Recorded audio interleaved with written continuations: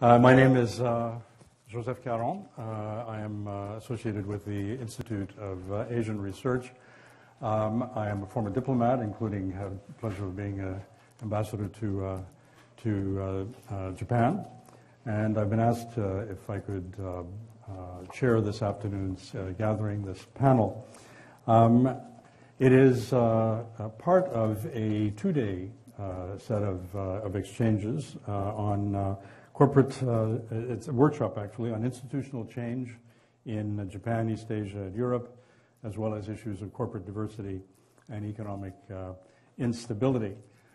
When Yves asked me if I would take on this responsibility, I was very, very pleased to accept. For one thing, it guarantees me a front row seat, which is always nice to have. But also it provides an opportunity to pursue a personal, if you like, interest of mine, which is the connection between diplomats and the academic community and the scholarly community. And I have plenty of opportunities to do that in my various diplomatic positions. I did have some illusions about scholars. I thought that until I joined the IAR and had the opportunity to be a bit more, be more directly involved in a university setting.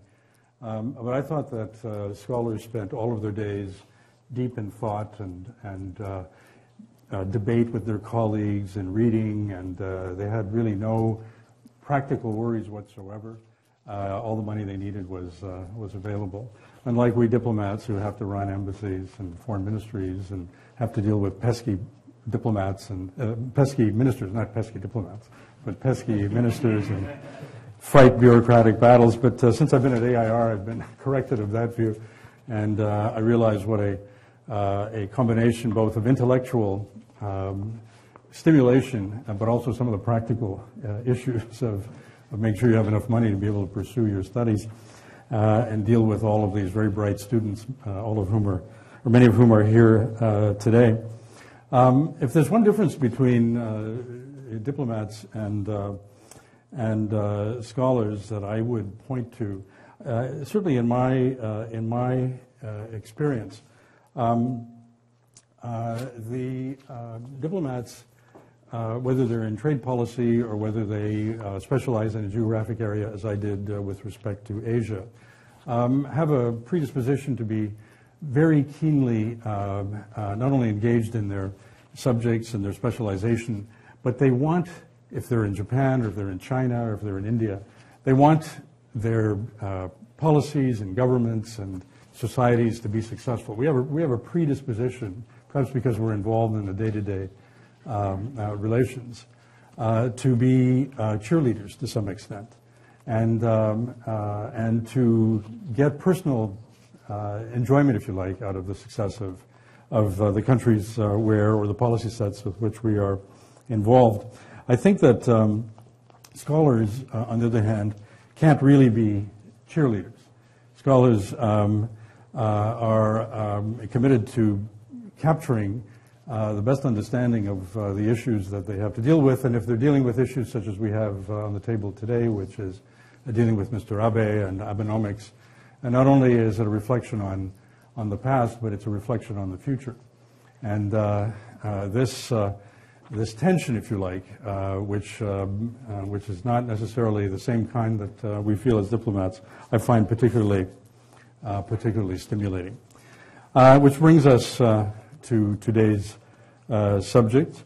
Anyone who studied contemporary Japan, either from as an outsider, such as perhaps myself and some of our panelists today, or those who are inside, have, as Japanese and as perhaps residents of Japan, academics in Japan, have a lot of experience in watching various reform efforts and promises to retool Japan in one way or the other, and have seen some of these promises and ambitions come and go over the years.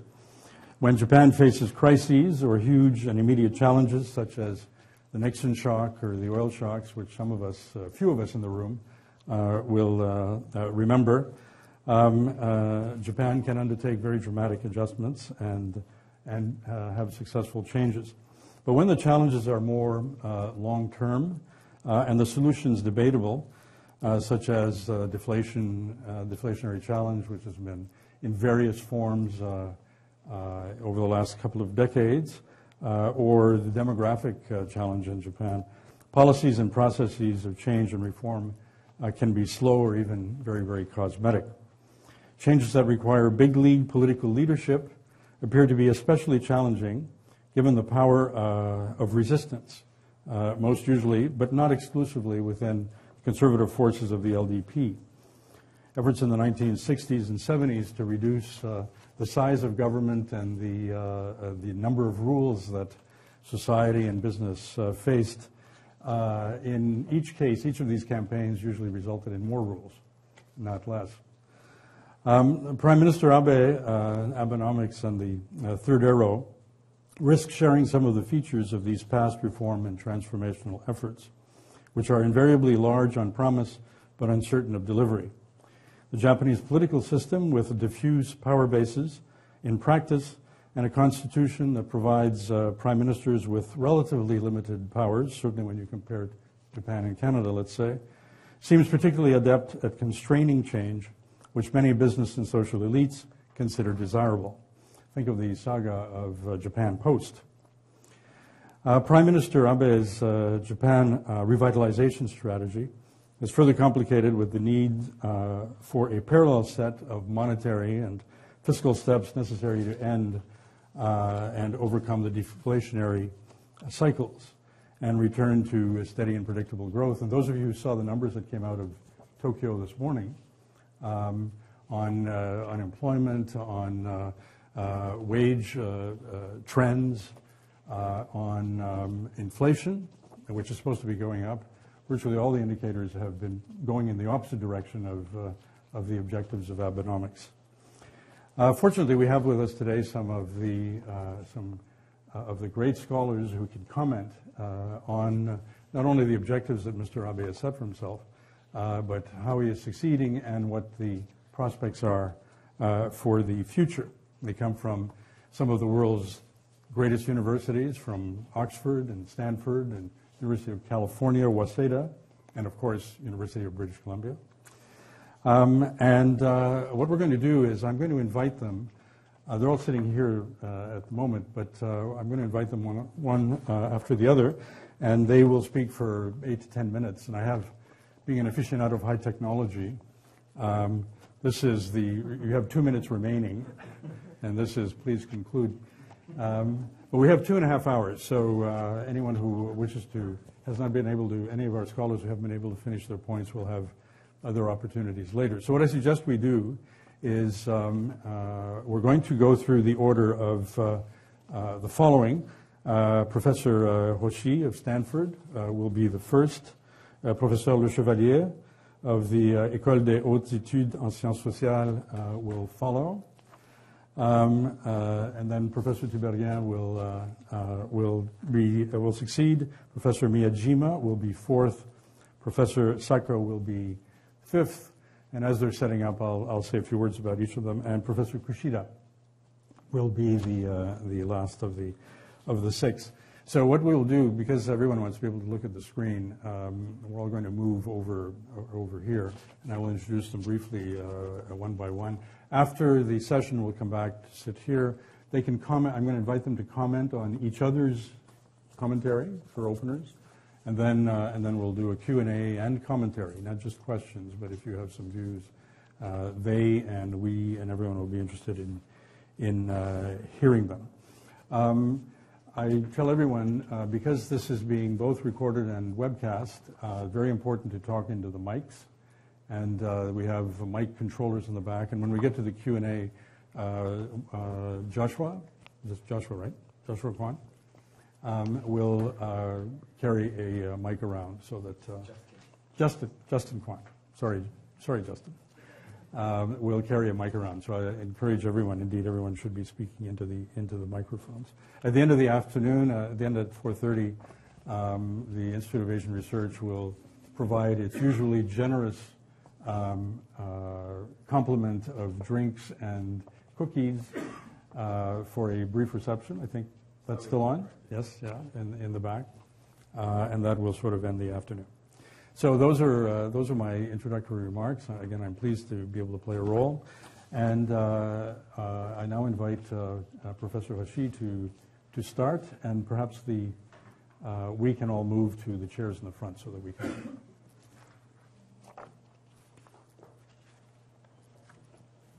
Okay, thank you, Mr. Caron.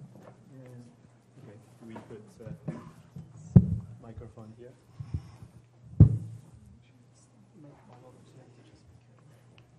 Okay. I think I'll put the microphone here and try to be careful. Well, thank you.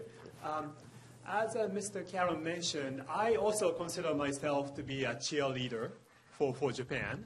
And some of you may know that I've been often critical to the Japanese government policy on economic policy. But I've been critical not because I don't root for Japan, but I've been critical because I knew Japan can do better, or Japan could have done better, and Japan can do better. And today's subject, Abenomics, I think is very promising in that the Abenomics can be useful for Japan to finally achieve its potential. And I don't have time to start from the beginning of the Abenomics, what Abenomics is and what they're trying to do. But just to give you a very simple overview, probably everybody knows Abenomics consists of 3 arrows: bold monetary policy, flexible fiscal policy, and the growth strategy. So Abenomics is a combination of macroeconomic stimulus or macroeconomic policy to fix the demand side, 1 and 2, and also the structural policy to fix the supply side of the Japanese economy, which is number 3, in the growth strategy. And it's been 2 years since Abenomics, or almost 2 years since Abenomics started.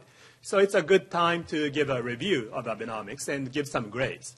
And actually, there are some grades given by, this is not my grade, but I concur with that.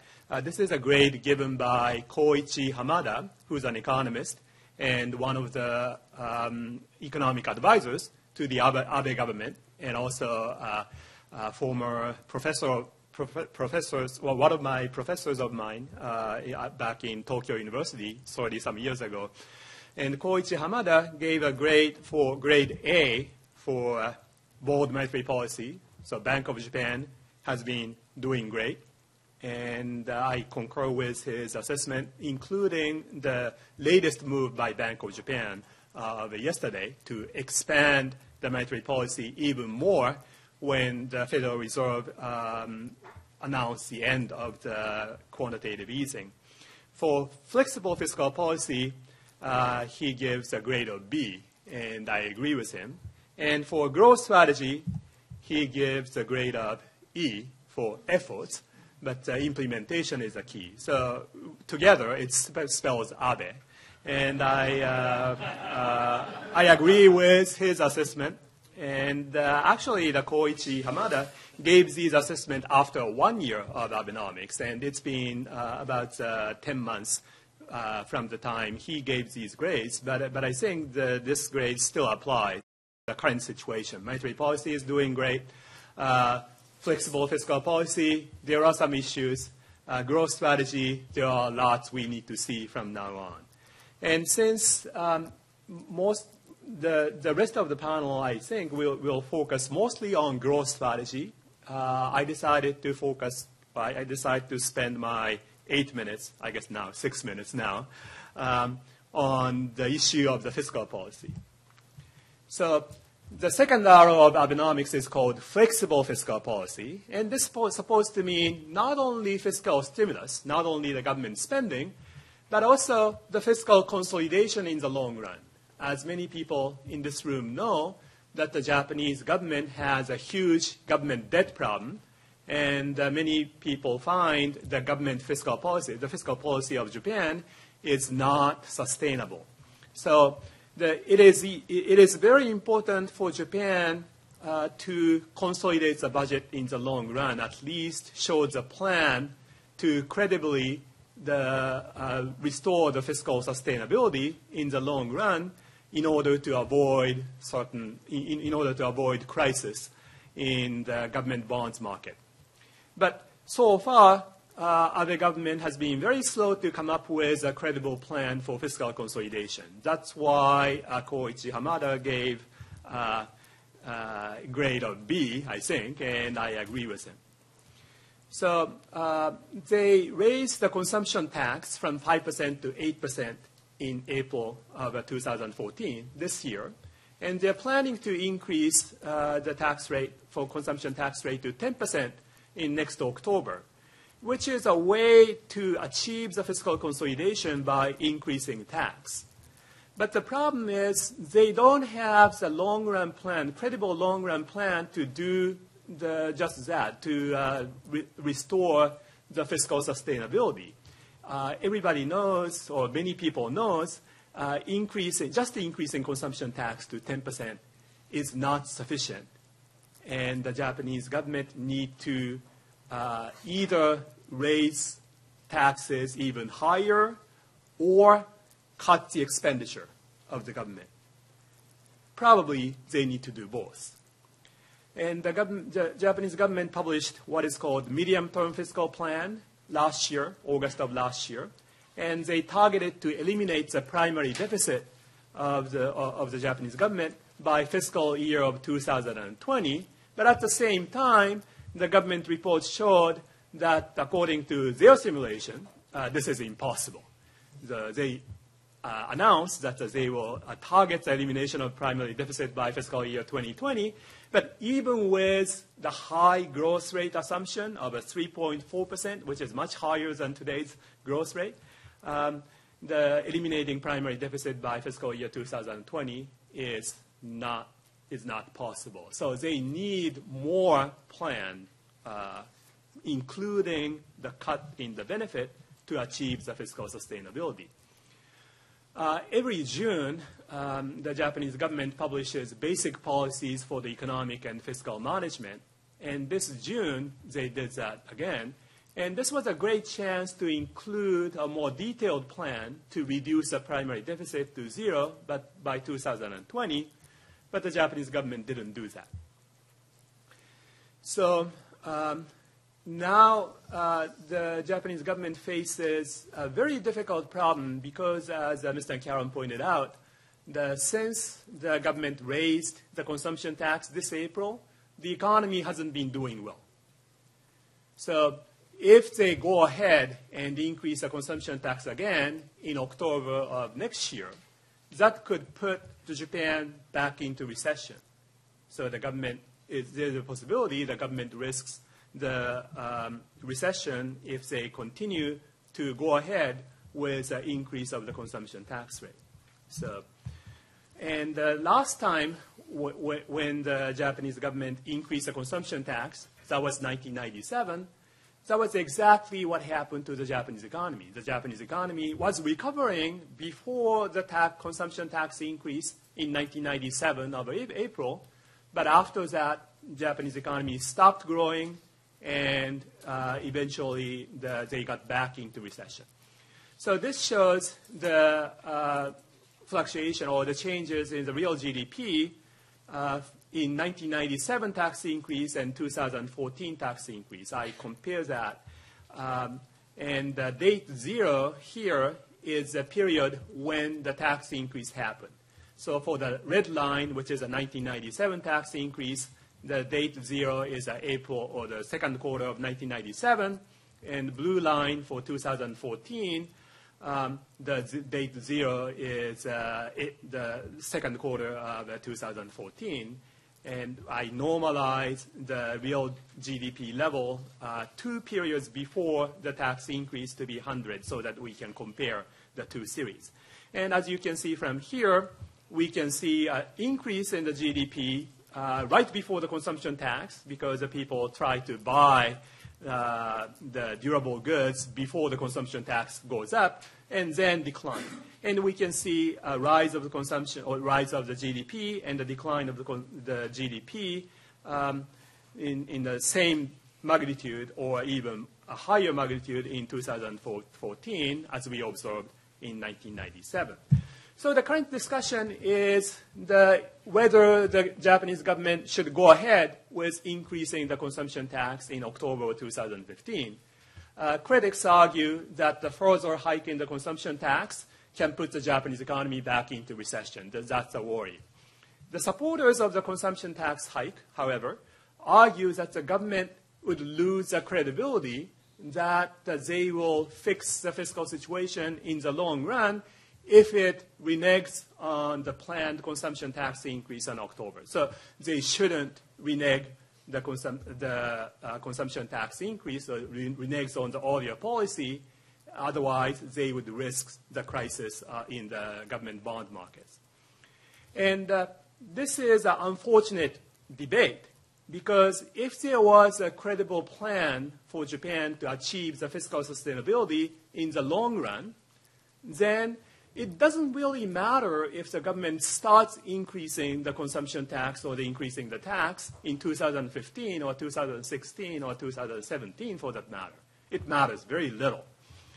The problem is, since the government doesn't have a credible plan, the change in the policy in the short run can influence or change the market expectation that can create a problem in the government bond markets.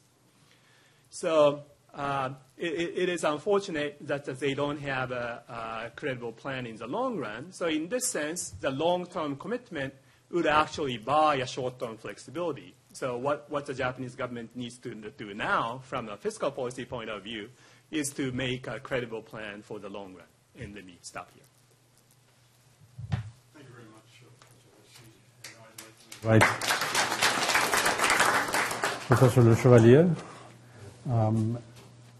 l'Institut is part of the University of Paris, is it not? Yes, yes, somehow, yes. Somehow. Where can I?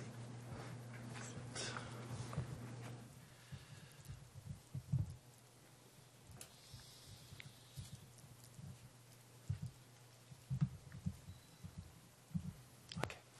So thank you very much, Mr. Chairman. I'm very pleased to have the opportunity to make this presentation. And I think very much has been said already by Professor Hoshi about what are Abenomics and what we can expect from them. So my presentation will try to put in perspective Abenomics and not concentrate specifically on some specific policies. And I will review a certain number of topics, and I hope it may be help to have a animated discussion later on. So let me start with, to me, the most important contribution of Abenomics, practical and theoretical effort to articulate short-term policies and structural reform. It has been argued by some commentators that, in fact, there is not so many novelties in the policies introduced, except maybe on the monetary policy side. But this effort to articulate, not to oppose short-term policies and structural reform, in articulating them in one comprehensive set of arrows is quite interesting to me. An additional contribution is the effort by Abe administration to set a direction, a goal. And I think Japan, during the last 20 years, have lacked this direction, this goal. Japan is certainly not the only country in this situation, but I think we should appreciate this effort to give a direction, even if personally, I do not agree with this direction. Second reflection, second remark I would like to make about Abenomics in relationship with, again, all my remarks are related to the topic of institutional change, which is the core topic of the workshop we have here for 2 days, is the relationship between, again, crisis versus growth and institutional change. A common wisdom is that crises may help sometimes introducing some reforms. And you may imagine, you may think of some cases. One belong to what I call hard case, so it's more shock therapy strategy, like it was observed in Chile in the 70s, in Mexico in the 80s, and some belong to the softer case. And I refer here to one excellent book from Yves Tiberghien on the introduction of structural reform in Korea after the Asian crisis. Maybe for some of you, it would be, you disagree with the idea that it was a softer case, because the crisis was enormous at that time, but it did not go with a dramatic change, in political change in terms of democracy versus non-democratic power. There are other cases. Japan, in the late 90s, for example, is another case when, after 10 years of stagnation, it became possible to introduce reforms that were not acceptable just after the burst of the bubble. However, this idea of linking crisis and structural reform, to me, is a kind of extension of the so-called Schumpeterian idea that crisis will help to clean the economy. This Schumpeterian concept is conceived at the very micro level of industrial dynamics, but it could be extended to more political economy matters. But the link between growth and reform is not so clear. And let me give you some examples that maybe confirm the interest of Abenomics strategy. Sometimes, and my own country, France, is a good example for this, crises act as an impediment for reform. And early 90s, so maybe it's not so common reference for all of you, but concrete case in France in the early 90s, we faced important crises at that time, and the reaction of the society was to try to take care of, for each individual, it was, the first reaction was to take care of his own or her own advantage, to protect their situation. So clearly, this kind of reaction will not lead to a reform. Sometimes, on the reverse, growth may help introducing reform, and in the late 90s, we had a socialist government that introduced a lot of reform in the field of corporate governance, and certainly, at that time, there were a rebound in the growth, and it helped to make the reform acceptable. I think this is certainly what's occurring with Abenomics. Creating the condition of reform is to reach a certain level of growth that implies sharing the benefits of the reform and the cost of the reform. So all what I say here goes against the idea of, against the functional vision of institutional change. Reform, institutional change does not always correspond to a progress, and the situation is more complicated. Third point, what we observe when you look at the content of the third, so I move to the third arrow. When you look at the content of the third arrow, frankly speaking, it's not so original. I attended another presentation from Takeo Hoshi describing into detail all the component of the third arrow, and it's very difficult to see the coherence of this certain reform. It seems that we have a catalogue of reform which is very much inspired by what was introduced in the early 2000s. Itself was introduced by some ideas that emerged under Hashimoto administration in the mid-90s that was itself influenced by some program introduced by Nakasone. And again, Tiberghien showed this perfectly, the continuity in this program. And my question is, this continuity, if this continuity is confirmed, I have some doubt on the possibility with this policy, which is maybe possibly a little outdated, to answer to the current issues of the Japanese economy.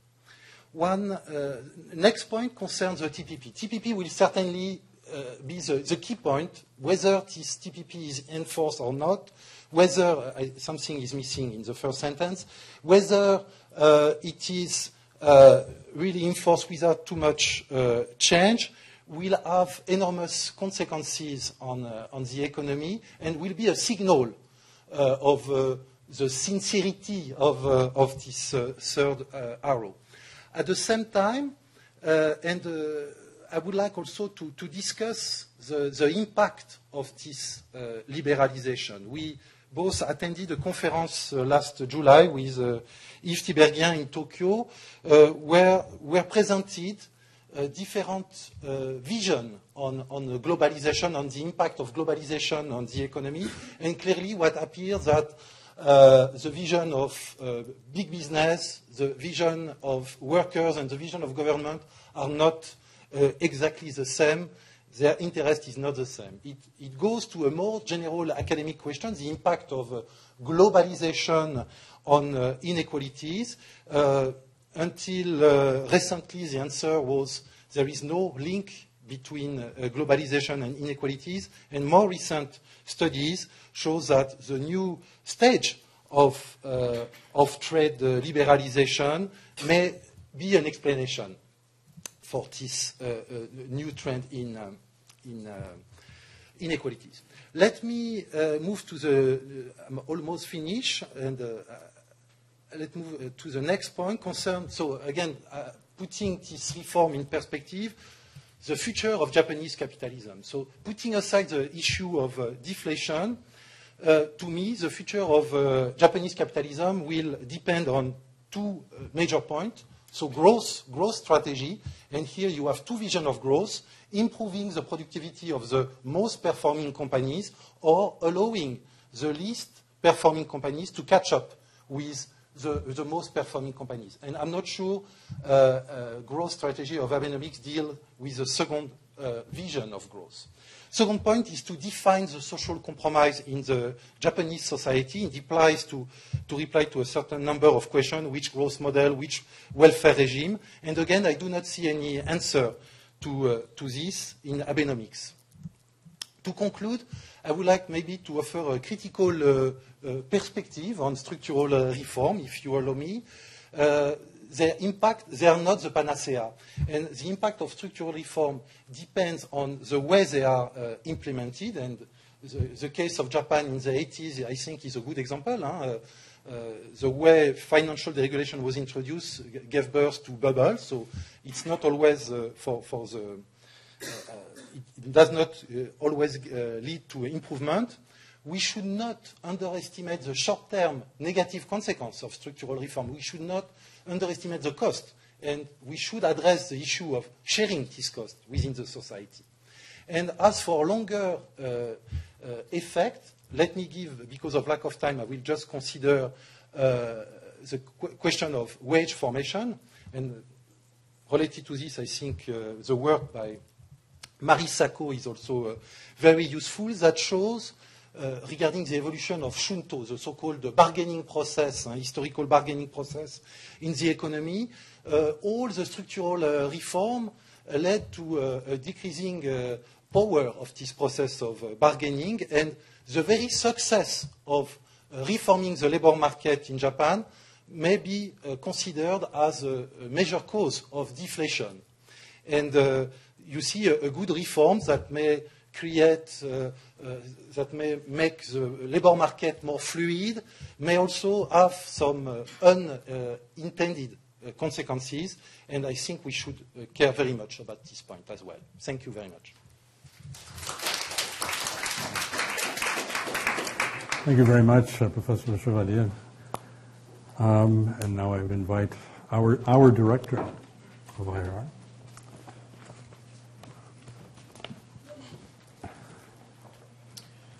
So thank you very much, Joseph. Thank you, Hoshi and Sébastien, for very, very interesting presentation. So I just want to start by giving a few scorecards. The IMF, World Economic Outlook had a bunch of numbers. And I wanted to point out right away, the conclusion of the WAO of the IMF in October was In Japan, the decline in domestic demand following the increase of the consumption tax was larger than expected.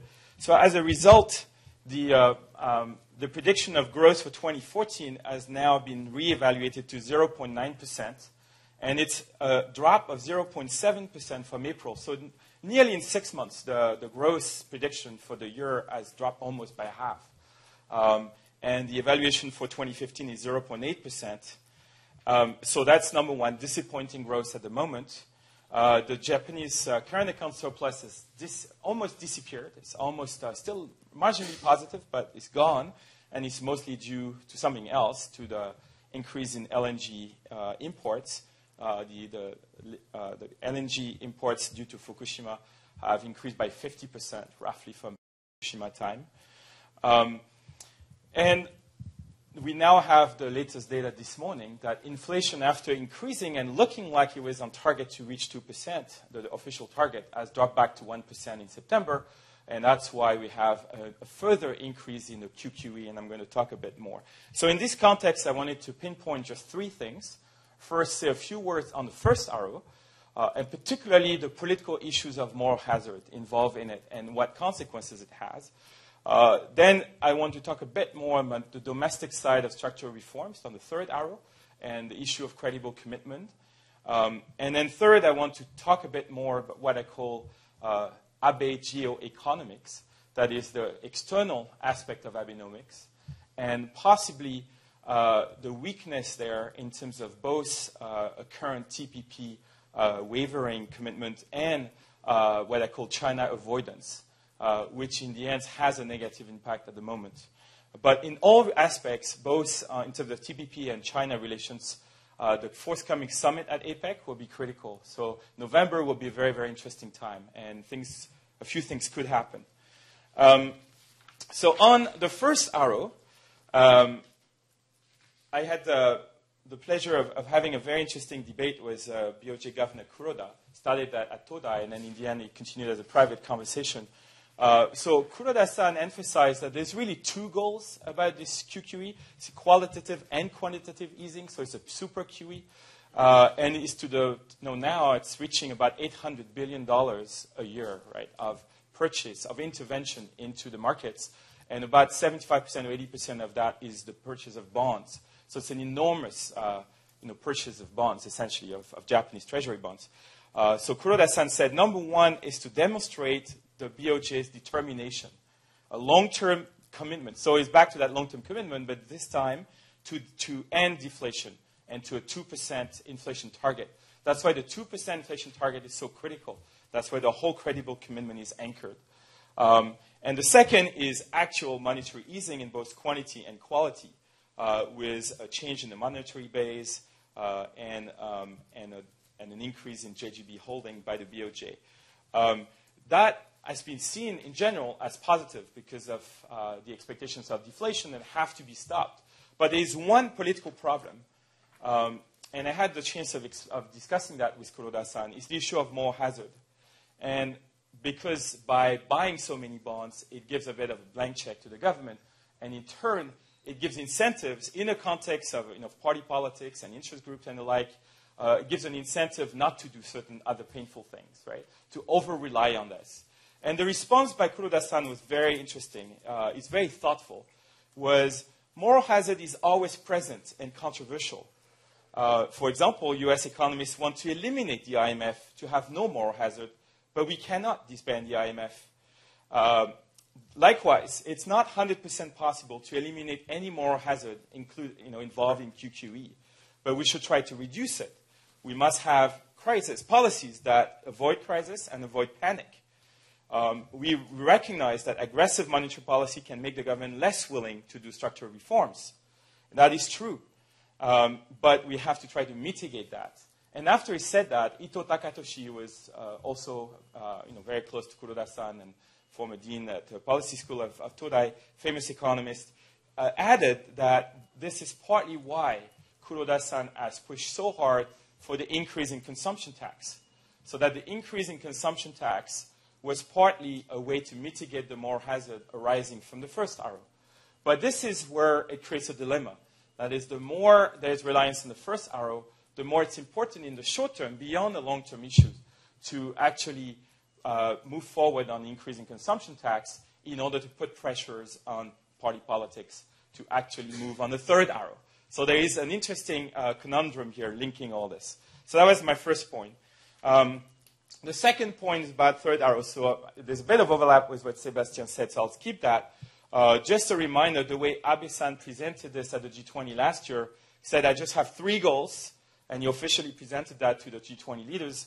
Number 1, maximum utilization of the vitality of the private sector with deregulation and the like. Number 2, facilitate the integration of Japan into the global economy. And that's where TPP and all the other trade negotiations are a critical link. And finally, create new markets that address common concern like aging society, environmental degradation, and the like. But as noted by Sébastien, I had a very interesting conversation with the head of the bureau in METI. That was a year ago. That's in charge of the third arrow of structural reforms. And he did confirm, and it was fascinating from a political perspective, how at least the first batch of reforms, which have been graded negatively by Takahashi, but how they arose from a political story. And he said, number 1, we picked up some Koizumi-era liberal reforms that had been on the shelf and had been stopped after Koizumi stepped down. So that includes the partial liberalization of electricity, the attempt to increase private health care, or the return to special administrative zones. So we picked that up. Number 2, we added some older industrial policies, such as subsidies for restructuring, which in the latest incarnation, 2014, are going down somewhat. And then there was a lot of new ideas about womenomics, and other aspects. So it was, it was done in a hurry, and in general, it starts by picking up ideas and blueprints, and that's where the connection comes. But the consequence of this is the lack of overall coherence. And related to this, there's a very interesting point. For political economists looking at the trajectory of the Japanese political economy, we used to have a relatively simple story. In a way, there was a model that got stuck, that was not very reactive to the global economy, had a bubble. Then there was a series of liberal reforms to try to increase efficiency of capital and kickstart the model. Then there was a bit of a backlash because inequality rose, and the DPJ came to power with a promise to actually roll back structural reforms and some of the liberal, at least to cushion the inequality impact and the social impact. And then now we're not sure where the public is. There's a lot of uncertainty in public opinion. We don't have a clear public opinion support for liberal or deregulation. We don't have also a clear sense of social democratic push as we had in 2009. So I think the public is not sure what to do. The public likes the first arrow that's where the strongest support is for Abe. But we don't have a consensus, neither within the elite process nor within public opinion. And finally, I want to touch on the geoeconomics aspect of it, which includes TPP. So at the conference that we attended, Sébastien and I, on July 15, one of the keynote speeches was by Koji Tsuruoka, the chief negotiator for the TPP in the cabinet secretariat. And, he went through the great ideas, why the TPP is so important. It's both important in order to kickstart trade negotiation and develop a new set of standards, but it was also important as an anchor for the credibility of the third arrow in Japan. So a lot of boomerang effect, to push some of the reforms. But then he did, after saying all the general rationale, he did acknowledge that in 2014, the 4 rounds that took place, beginning with Bali and then Singapore and then eventually Ottawa, all failed because of strong domestic obstacles, particularly in the US and Japan. And so what he said is that we are dealing with purely technical issues at that point. We need political support. Negotiations are entering the final stage, but the substance is not there. We don't have political commitment. So that's the current situation. We know there was another round bilateral between Japan and the US, which also failed. So there is this aspect, and it's a mutual failure on the Japanese and US side primarily. But the other aspect of this is the China avoidance. The TPP, of course, was, initially was a purely functional project. Then it became associated with the US pivot, part of encircling China, or at least avoiding China. And then gradually, the frontier with China has softened up. China has expressed interest. The U.S. has expressed a process of engagement with China. And all this is coming to heads in 2 weeks in APEC, because China is holding APEC, where TPP will be discussed. But I wanted to contrast this with the very optimistic view from the chief trade negotiator on the Chinese side, Zheng Xiaogong. And I had the luck of doing a joint session with him at Beda in May. And he said we have a very clear vision. Our top priority is actually FTA with Korea. Second priority is triple FTA, South Korea, Japan, China. Then RCEP. Then go regional. Then go global. And within a few years, we want a full global network, which in turn will spur a lot more reforms in China. So there's a very aggressive, positive view. But I think the crux actually for both the Chinese story and the Japanese need is on that trilateral FTA, Korea, Japan, China. And so far, this is something that has been stuck in the Abe geoeconomics. So to conclude, there is a lot of interesting optimism that has come out of Abenomics. There are lots of innovation on the first arrow. There is a bit of a conundrum between the first and the second arrow. And on the third arrow, there's issues of political commitments, political coherence, and above all, the lack of that external anchor to create more commitment and more dynamic. Thank you. Thank you, Professor Tiberghien. You'll notice that I've left him a bit more time because he pays my salary. So I'd like to invite Professor Miyajima, Waseda Institute for Advanced Study.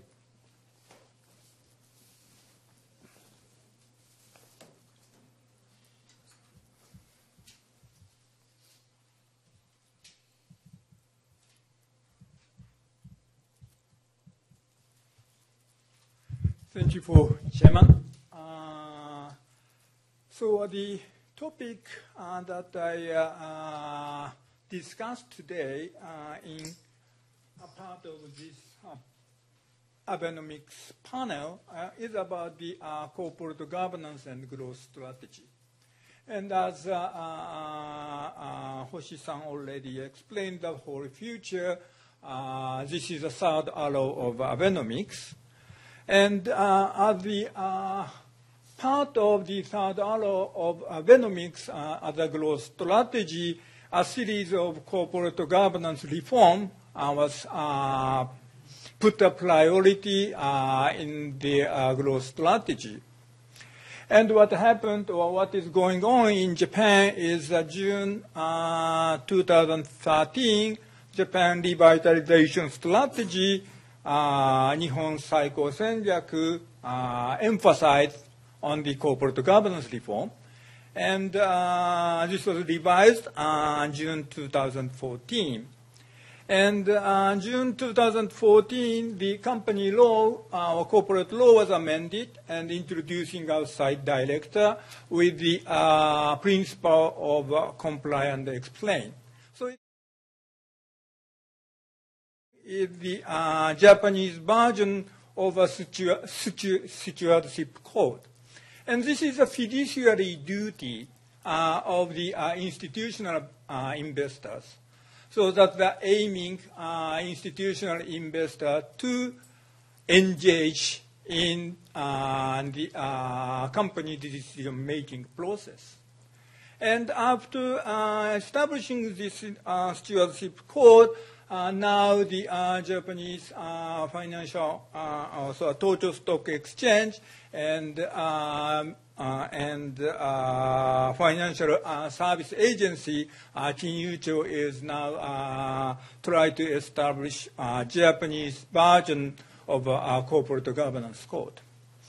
So taking several minutes, let me explain what is the implication of this ongoing debates and ongoing policy making process. And first point is the whether this strategy, putting the corporate governance as a growth strategy, is the right direction or not.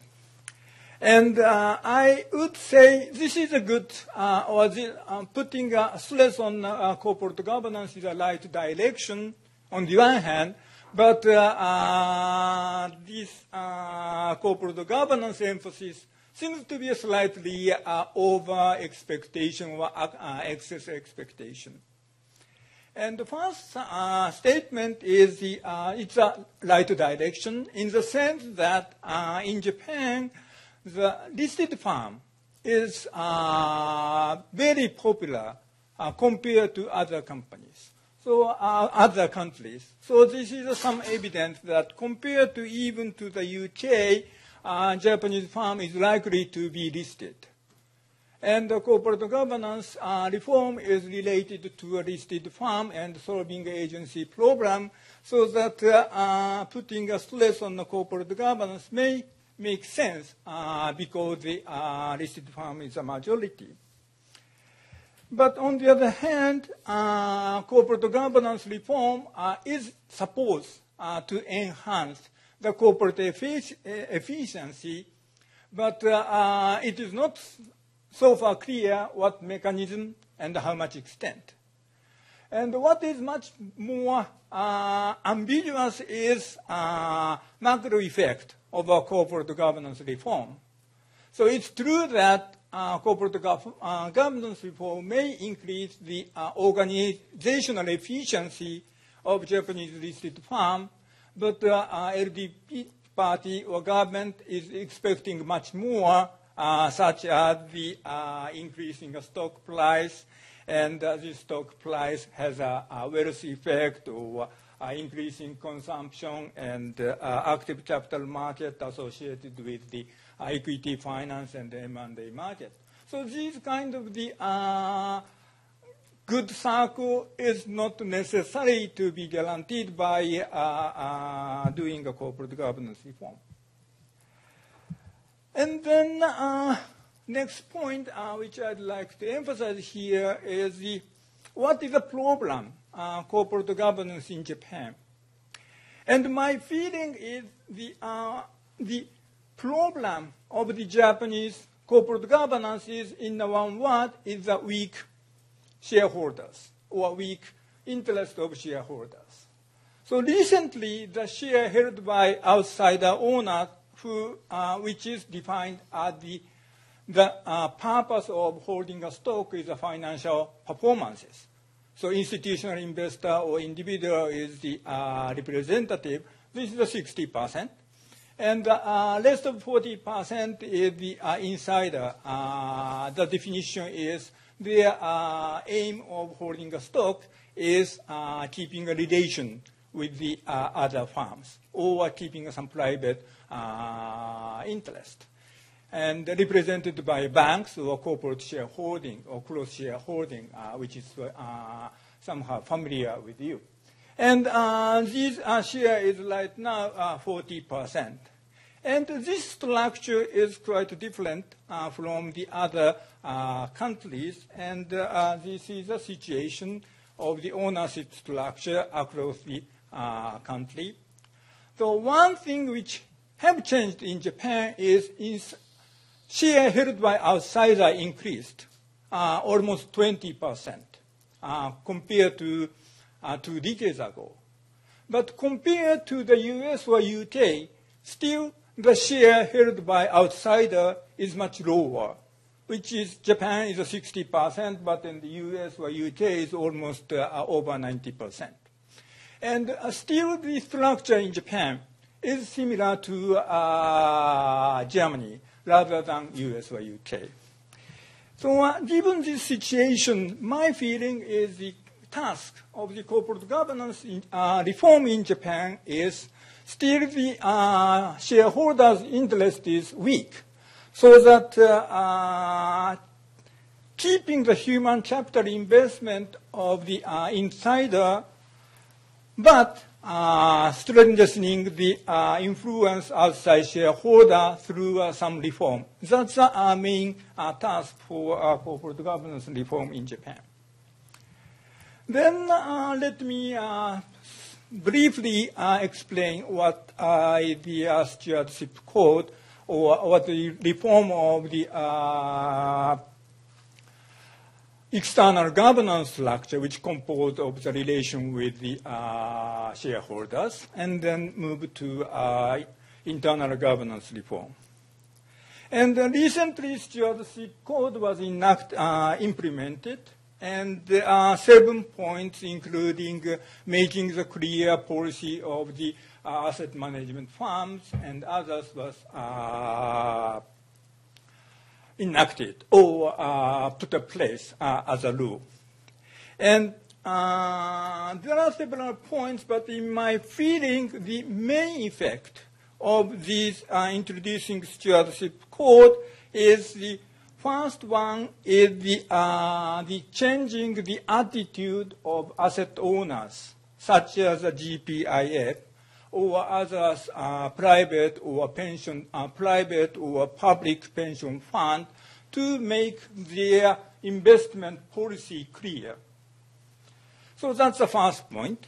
And the second point would be the impact of Stewardship Code is the changing the insurance company's investment policy, which used to be understood as the silent shareholder or silent owner in Japanese society, to much clear, active long-term shareholders. So that would be a second effect of a Stewardship Code. And third effect is would be the impact of a foreign institutional investor. But my feeling is this impact might be not so important, because the foreign institutional investor, their business model is not committed to client firms, but to diversify their business or their investment, so that expecting engagement to institutional investor, foreign institutional investor, is not so promising.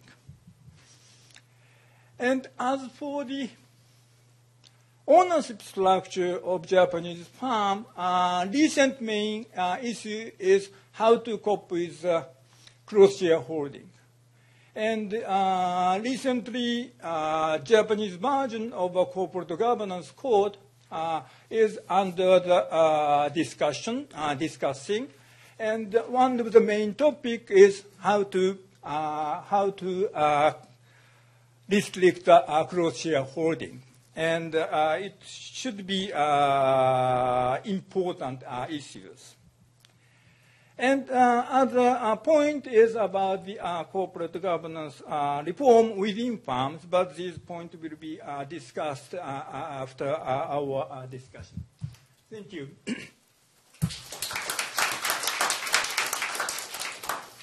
Thank you very much, Professor Miyajima. I sit on 3 boards, so I'm very interested in our future discussions.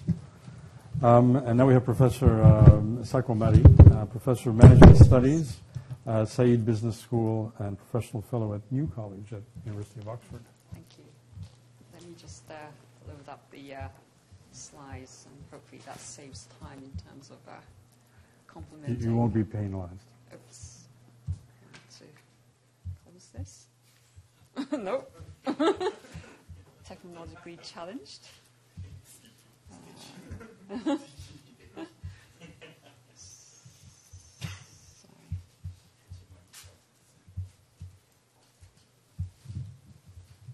do apologize. I don't think it's showing up.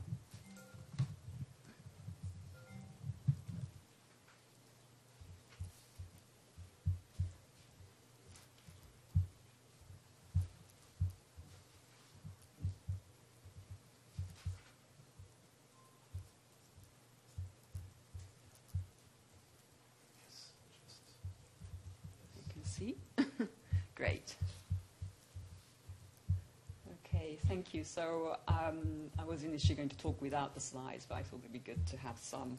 And as you can see, I'm going to address the third arrow, which in Professor Hoshi's presentation was awarded the grade E.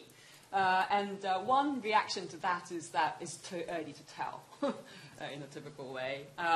And even if we allow for a very long time as well, I think this is the one era, unlike the first and the second era, where it's quite difficult to assess the direct impact of Abenomics as a government policy independently of private action, because much of the actual revelation of the industrial restructuring benefits have to rely in part on what happens with private action as well.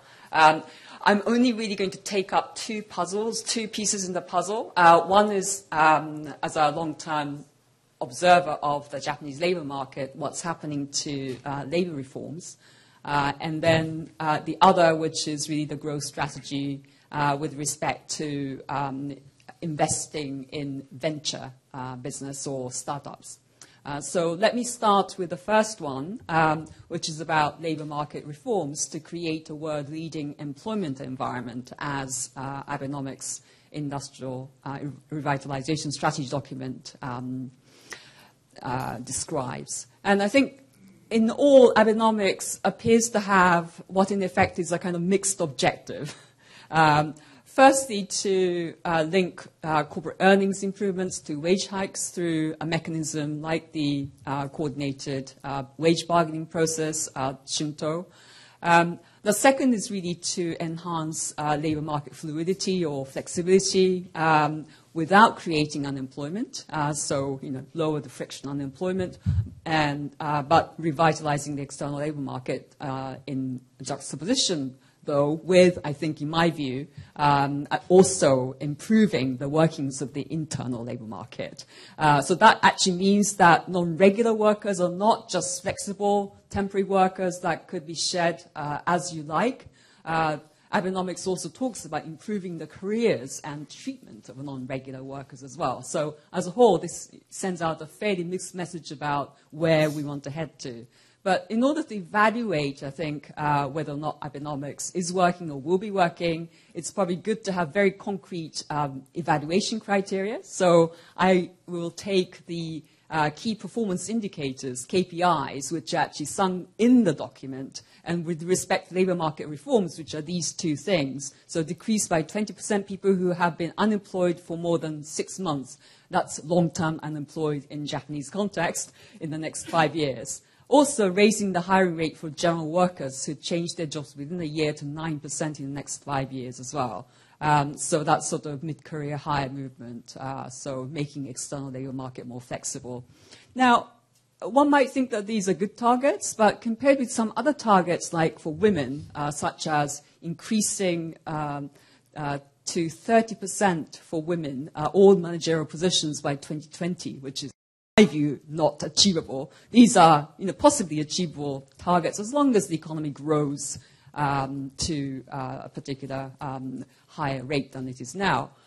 There's a whole load of reforms which are going on. The one that's actually going through the diet right now, as you know, is the reform of the Rodo Hakenho, which is the regulation that concerns temporary workers through agency labor. And huge amounts of political capital being spent, I think, on whether or not the abolition of the 3-year as a maximum period for anybody who can be hired into a temporary workplace is a good thing or not. But this really addresses a tiny part of the whole labor force. So just to review where we are, as most of you know, Japan is renowned for its life of employment. So in statistical terms, we have a distinction between those so-called regular employees who benefit from life of employment and the non-regular employees who don't. And there are different types of non-regular employees, but over time, if you look at the last 20 years or so, the so-called non-regular, those that don't benefit from life and employment, have increased from about 20% to over 30% of the labor force. If you look at the non-regular composition, though, you can see that the majority of the non-regular employees are part-time workers, the pato, who are majority women, and then there's the arubaito, the student labor, and the dispatched or temporary workers, which is the small green part, is basically the subject of this Rodo Hakenho as well. But we shouldn't also be forgetting that the regular employees' conditions may also change. So what does life of employment mean? Well, you graduate from university, you enter a company, And then basically you give your life to the company regardless of the content of the job and where, in terms of geographical location, you're going to be working. But many companies are now adopting a job-specific employment. So you're actually hired into a particular function or particular occupation, and they're not actually subject to job rotation the way that they had. Also, there's also an introduction of region-specific regular employment where you're not expected to actually move from one office to another from within the corporation, whether it's not global. We're not talking about international assignments. We're actually talking about within Japan assignment as well. So those things are happening. I don't attribute those to Abenomics in any way. I think Sébastien already mentioned that these are continuations of the past reforms which are happening. And I think within the labour market reform set of things which are going on, a lot of them, I think, are indeed continuation of the past trends. And perhaps the attention on women, which I'm not happy to discuss but not going to be part of the presentation, raising the visibility of female participation in the labour market might be the only interesting, although I'm not sure how well that's managed so far, component of Abenomics. Let me move on to the second area, which is part of the growth strategy, and this is about promotion of growth via investment in venture business. Again, there are KPIs, and I think lots of things are happening right now. So in a way, I think grade E might be a little bit harsh for this particular part because we don't really know the results. But KPI in the document are twofold. One is to really bring private capital investment back to the pre-global financial crisis level over the next 3 years. And then the other component, which is something that interests me, is about ensuring that business startup rates exceed business closure rate and raise both the startup and the closure rates, doubling that from 10% up to 10% from the current 5%. So that's a fairly ambitious target that's been set. But on this one, I feel a moderate amount of optimism, given that much of the policy initiatives, I think, are to really rely on the knowledge and expertise of the private sector as much as government knowledge, and taking into consideration the fact that these investors in the private sector do seek certain returns as well. And a good example of this is the Sangyo Kakushin Kiko, which is the Innovation Network Corporation of Japan. So let me just spend a few minutes talking about that and conclude. So the Innovation Network Corporation of Japan, as some of you would know, is really if you like, a PPP, a public-private partnership, to really inject government money together with private sector money. So there is a whole bunch of private money that is channeled, 14 billion yen, that is from the 26 Japanese companies with prominent names. So these are really established, established large corporations in various sectors with their corporate venture capital funds. And those are to be channeled together with the government commitment, both in terms of capital funding and loan guarantee to this amount of 286 billion yen in the case of capital, and 1.8 trillion yen in terms of loan guarantee as well. Thus far, how is the money being spent? Well, the latest data that's available is that the Innovation Network Corporation of Japan money is being spent both directly and indirectly to encourage Japanese startups. So in terms of direct investment, there are 62 companies now which have received the investment from INCJ in one way or other. Many different startup companies. I just mentioned one example there, which is an eyeglass e-commerce startup, but many, many other examples like that, where it is the Sangyo Kakushin Kiko's own committee, which is manned by people who have come from fairly traditional backgrounds of banking in particular, who decide on which investment projects to invest in. But what's encouraging, in my view, is the other component, which is the indirect investment via limited liability venture capital funds. And so the government puts in some money, there's some private sector money as well, And these LLP VCs actually receive money from the government, but the government is not directly involved in the actual investment decisions. So of these three funds, Will and Global Brain, which are two private sector independent venture capital, and UTech, which has a connection with the University of Tokyo, they each received $100 million US dollar equivalent, and they are currently in the process of making investments as well. So all in all, I would say that, to think about the third arrow of Abenomics, because it's the third arrow and because it's government action combined with private action that will result in results that the government might wish to bring about, that a fairly hands-off facilitating role of the government, as we see in this case of indirect investment rather than direct investment, is an encouraging sign, but overall it's kind of too early to tell. Right. Thank you.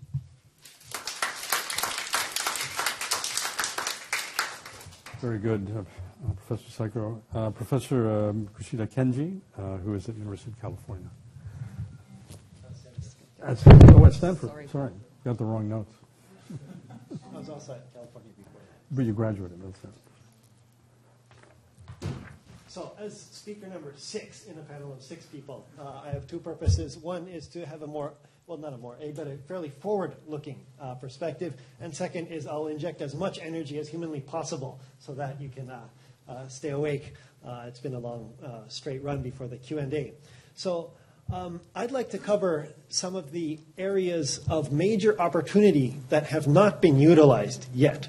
Because, we need to raise productivity. Japan needs to raise productivity. We need growth.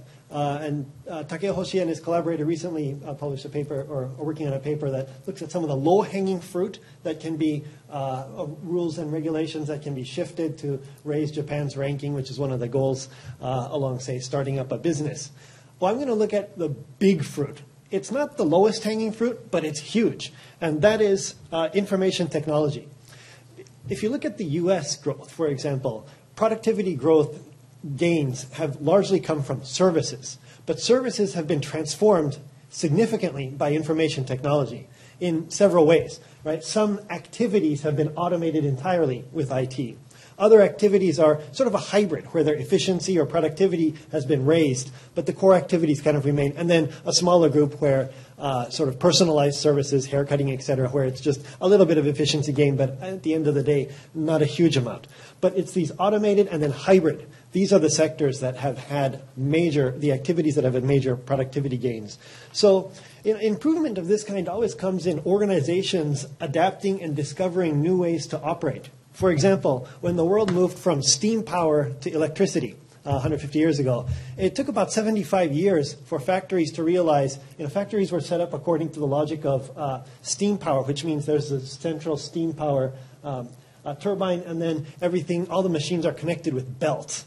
Right? And then the electric motor comes along. Okay, well, let's install an electric motor, but the machines were in the same place. And it took about 75 years from major productivity gains when people realized that actually you can reorganize factories around the logic of production, reorganize the machines, and make it more towards what eventually became the Ford paradigm of assembly lines.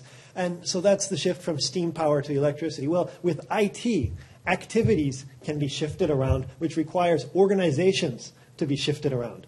But when we're dealing with IT, it's also a matter of information flowing here and there, shared across company borders, across private, public sector borders. And so then it becomes a matter of rules and regulations. And so this is where there's the tie with Abenomics, in that there are quite a few rules and regulations that can provide the opportunity, if managed in a reasonable way, to unlock some of the potential from IT in a variety of sectors in Japan and activities.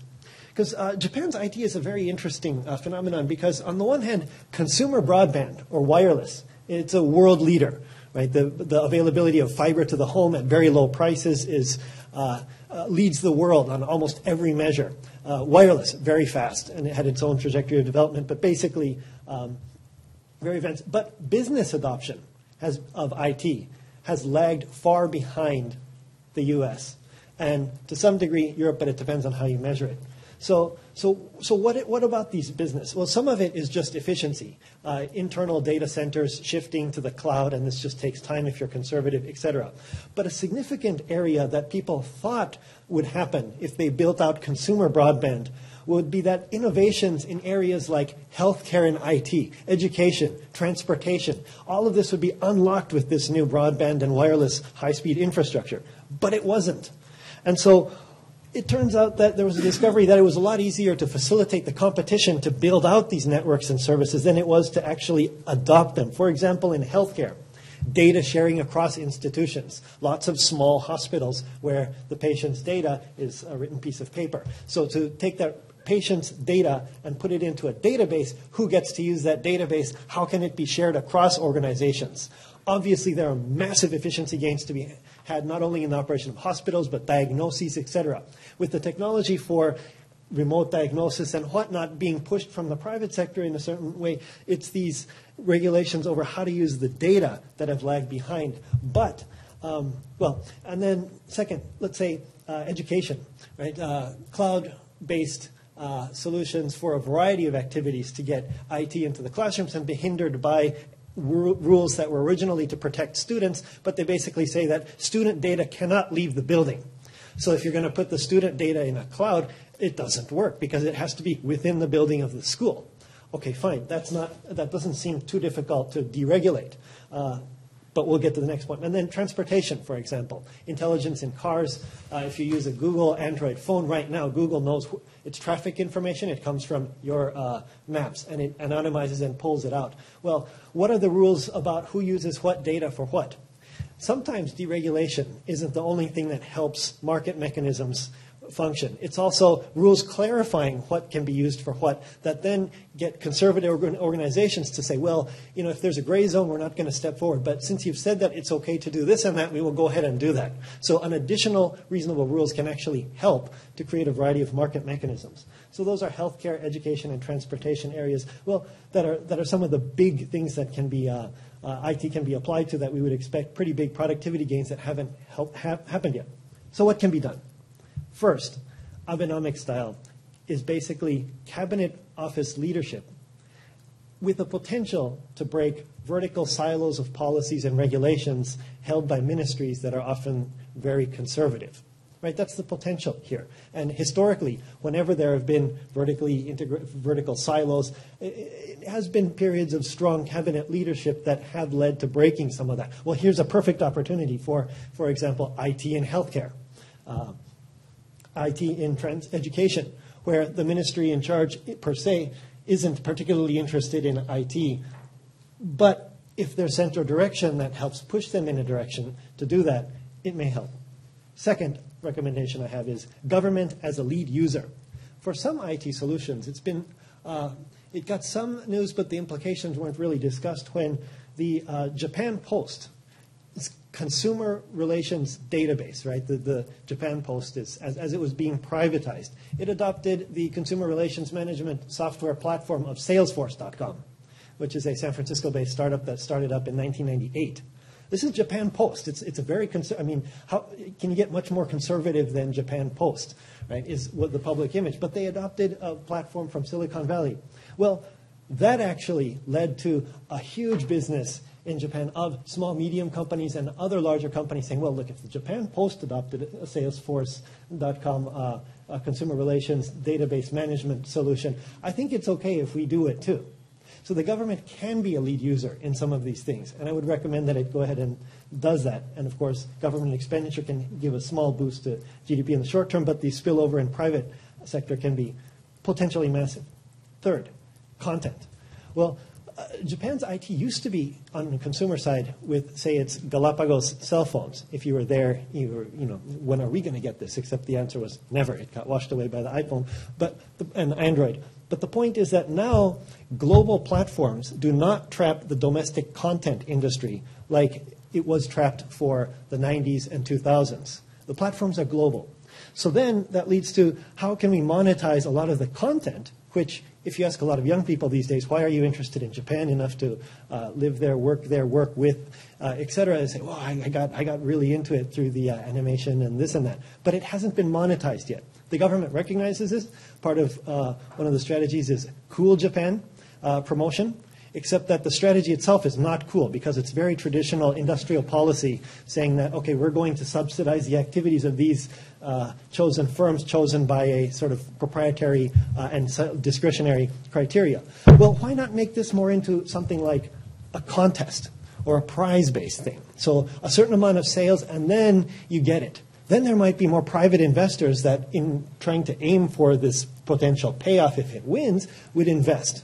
Not supporting, that would shift it a little bit away from the bias towards picking losers, which traditional industry policy is often very skillful at doing. It could also be, it's worth experimenting because recent studies on the dynamics of platforms like YouTube or the iTunes Store show that when you make some content free, that often increases radically the sales of complementary and related things, right? I forget which band it was, but basically you make one of their albums free, and then people buy the other albums by then, or that genre people discover, and then they buy other things. So if it's an issue of Japanese content hasn't been making it onto some of the global platforms as easily as it should be, for example, Netflix or Amazon Prime streaming, etc., well, maybe that's where some of the subsidy should go. So you have some key content with performance benchmarks that's then subsidized to get paid to put on the platform, so it's free for everybody who is on there, which would then create demand for complementary other ones. Oh, that Japanese animation was great, but this director has done all these other things. Can you please put that on our platform? Then you buy it. So there are all sorts of creative ways that would not cost a huge amount, given the amounts of, say, Kakushinkiko that has 288 billion, right? The amounts to do this kind of experimentation are small, but why not go ahead and do that? So in sum, IT provides huge potential.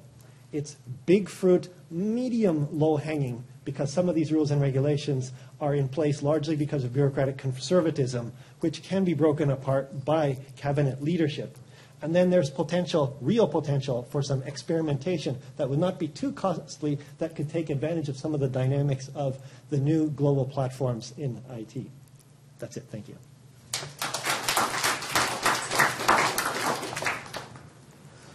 Well, thank you very much. That was excellent as well. I guess I'd invite all of our panelists to return to the table.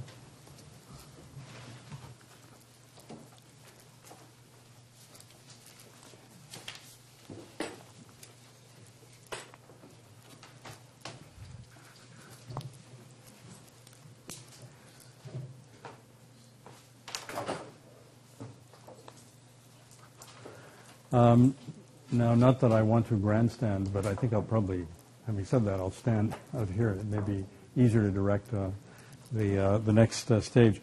What I'd like to suggest is I'm going to, first of all, I'm going to make some comments on the statistics that have just come out in the last few hours as sort of a backdrop to so much of the discussions that or the presentations we've already heard.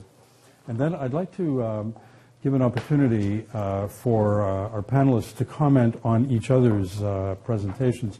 And I might take the liberty of hopefully not in any misleading way, but maybe take some of the key points that I thought that have been made and make that as sort of the beginning of a response to the presentations. But the numbers that I want to quote, and some of them have been quoted in the presentation. Just earlier today, the Japanese government issued some of its monthly statistics, and most of them are working in directions opposite to what Abenomics and certainly the government would want. It has been mentioned the inflation rate has actually gone down from 1.1 to 1% year on year in September. The jobs to applicants ratio, which was 1.1 in August, is now 1.09. So the number of jobs per applicants are actually declining. The unemployment rate actually increased from 3.5 to 3.6, all marginal, but nevertheless directional. Household spending is down 5.6% year on year in September, compared to 4.7% in August. And if there's another one here that I might quote, I think it's worth noting that since the 6 quarters that Prime Minister Abe has been governing, the average growth rate overall has been 1.4%, which is in some contrast to the 3.4, which was used as a possible benchmark. So that's some of the macroeconomic reality, which has to be kept in mind, I think, in informing thinking about not only what has happened, but where Japan is going. So I'd like to first raise some of the issues that have been put forward by Professor Hoshi, and then I invite either Professor Hoshi initially, and then the other panelists, if they wish to comment. I think the core of your presentation, Professor, was the notion of a lack of a coherent fiscal plan, and that there are various pieces, but they don't gel in the way that would make them mutually supportive. You expressed a strong support for the continuing actions by the Bank of Japan and also by the pension fund to continue actually very aggressive quantitative easing. And while we don't want to get into a highly technical discussion, some of the commentary that has come out, I was reading Bloomberg before coming here this morning, was to the effect that these, yet again, are steps that are not structural but temporary. So I would just like to maybe ask you to comment briefly on that, and then invite others to comment on some of the points that Professor Hoshi made. Let me mention 2 things related to the points you made. The one is about the macroeconomic figures. And macroeconomic figures coming out of Japan in the last 2 quarters has been bad or worse than expected. And to some extent, the one reason is that our expectation at the beginning of this year was high. And this is clearly true for IMF predictions. Right? They expected the world economy to recover much more quickly than it did. So there's also some, one part of the problem is the expectation was too high. And more importantly, these all measures we are looking at now may be the result of short-term fluctuations. And especially when we are talking about the long-term growth strategy, like the third arrow of Japan, it's important to look at the economic situation, but I think it's also important not to be sensitive too much about the short-term fluctuation, and we need to focus on long-term issues. And from that point of view, I stressed the importance of sticking or coming up with a credible long-term plan for fiscal situation is important in Japan. And let me mention the other thing, which is about Japanese monetary policy. I argued the Japanese monetary policy is in the good direction, and the current expansion is a welcome idea to going forward. But there is a criticism that there is a side effect of quantitative easing policy, and I think Yves clearly mentioned this, the issue of a moral hazard. Mm-hmm. But I would say the moral hazard, and this is in fact the Bank of Japan or the central bank shouldn't expand because that encourages the government to spend more. That's the rationale, or that's the argument used by the Bank of Japan before Kuroda, not to expand the monetary policy. And what was the result? The result was 15 years of deflation in Japan. So I would say the moral hazard issue is a non-issue. And monetary policy may encourage the government to spend more, but not expanding doesn't discipline the government. And the Japanese government, was it disciplined by the fact that the Bank of Japan was reluctant to expand the monetary policy before Kuroda? No, they expanded the budget deficit. And it's important to remember, as late as 2002 or 2003, when we do the usual fiscal sustainability calculation in economics, so given the current level of debt and the currently expected the government expenditure and the tax revenue in the future, the debt to GDP ratio, will the debt to GDP ratio be stabilized at some point in the future? And as late as 2002 or 3, when economists like David Weinstein did this calculation, they got the conclusion that the Japanese fiscal situation will be sustainable with a small increase in tax revenue, a small cut in government expenditure. That's not true anymore. Okay, so what happened in the last, say, 10 years before Kuroda is the Bank of Japan refused to expand monetary policy, fearing of the moral hazard. The Japanese government continued to expand fiscal deficit anyway and made the fiscal situation unsustainable. Very good. Thank you, Professor Hoshi. Does anyone wish to comment or raise any of the issues related to Professor Hoshi's presentation? So, I am not familiar, or I'm not a specialist of the macroeconomic issue, but we have Hoshi-san, and everybody would like to know the consumption tax, effect of the consumption tax, and the what shall we do for raising the consumption tax at the end of this year. So Abe will decide to increasing the consumption tax.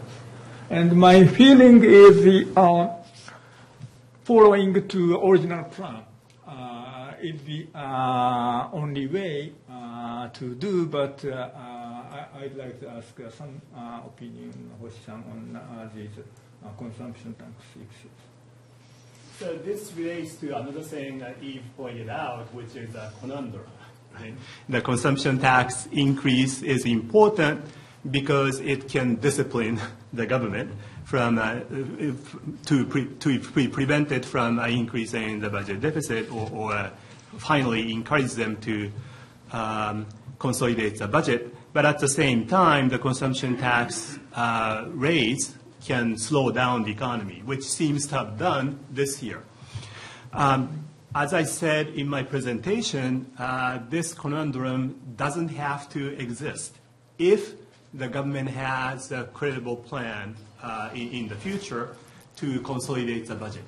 Because the Japanese government doesn't have such a credible plan, in order to maintain the market expectation that the Japanese government debt or the JGB market doesn't have any problem, they need to carry out with a planned consumption tax increase. So that creates a problem. If they did have a credible long-term plan to consolidate the budget, the timing of the consumption tax increase or the timing of the start of the fiscal consolidation would not be an issue. Okay. So we are unfortunate. And if we could have, or if the Japanese government could start all over again before they made the commitment to increase the consumption tax by 3% first and 2% next, I would have argued, and indeed I argued a long time ago, that it's better to increase the consumption tax by 1% every year. Oh, right. Okay. Thank you very much, Noah. We'll move on. Professor Lechevalier, you pointed out you also referred to some degree of incoherence, perhaps, amongst the three arrows, contribution of crises, that sometimes it can be positive, sometimes it can be negative. Because I'm older than you are, I actually remember the Nixon shock and oil. I was in Japan during the oil shock, so I had experience of that. But I want to raise something else that you said, and it was with respect to the TPP. Many have pointed out to the fact that because President Obama doesn't have the authority to pass either an up-down vote on the TPP. This allows Japan to sort of pull back on resolving some of their issues. However, others would argue, and the OECD, for example, argues that you don't need the TPP. Japan should be undertaking some of these reforms, irrespective of an international negotiation. And so I guess what I wanted to, the point being that if there is an economic benefit to liberalization, you don't necessarily have to wait for a trade-off, except maybe for political reasons. And so I'd like you to maybe talk a bit about, just touch upon this dilemma, if you like, that there is something that would be desirable in the view of some reforms that are desirable. So why wait for the TPP? Okay. Thank you very much for your point. Before this, maybe let me emphasize one point. So again, to me, the originality of Abenomics lies in the articulation of the three arrows or two first arrows with the third arrow, and maybe our presentation were dominated by discussion on the third arrow, and I think ending deflation maybe certainly was a precondition to introduce other reforms. So as for your question related to the TPP, so we are very much in a political economy discussion. So how to make reforms acceptable, how to make them necessary. So maybe not all of them, us here at this table, agrees with the necessary reform to improve Japanese growth or to end deflation. But putting these differences aside, I think we all agree that there is a need for strategy. There is a need for political strategy to make this reform acceptable. And in a pure domestic game, my feeling is that in a pure domestic game, it would be very difficult to introduce this reform because I'm not so sure that they are really supported by the population. Yves emphasized this point. So again, it's very classical strategy. Whatever you may think about the desirability of the reform, TPP is my interpretation. So besides international relation issues related to the relation with China, is from a domestic politics a strategy to make acceptable or to push in a certain direction. So it has many other dimensions, of course. There are a big vision behind this policy, but from a political economy viewpoint, this is the best tool that Mr. Abe has in his pocket to move forward. Very good. Thank you. Does anyone have a comment? Yes. It's a quick comment to Sébastien and Takeo. So compared to if we're grading Abenomics and the three arrows, is it graded within its own stated goals or with what came before it? Last year I edited a book on the DPJ, which was characterized by an incredible amount of policy incoherence, short time horizons, difficulty in executing a lot of the things that they promised and thought they could be able to, et cetera. So when compared to, and then the latter years of the LDP from the mid-2000s onward before they fell when there was a rotating prime ministership every year, basically, where longer-term things were basically politically impossible. Compared to that, would you say this is a big improvement, even if the grade is A, B, and E? It may be an improvement, but thank you for giving me an opportunity to clarify what I graded. So I can't say anything about Koichi Hamada, but what I graded was not the result of those policies. Okay, in order to grade the results of those policies, we need 5 years or 10 years maybe, especially for the third arrow. What I tried to grade was what the Japanese government has done so far.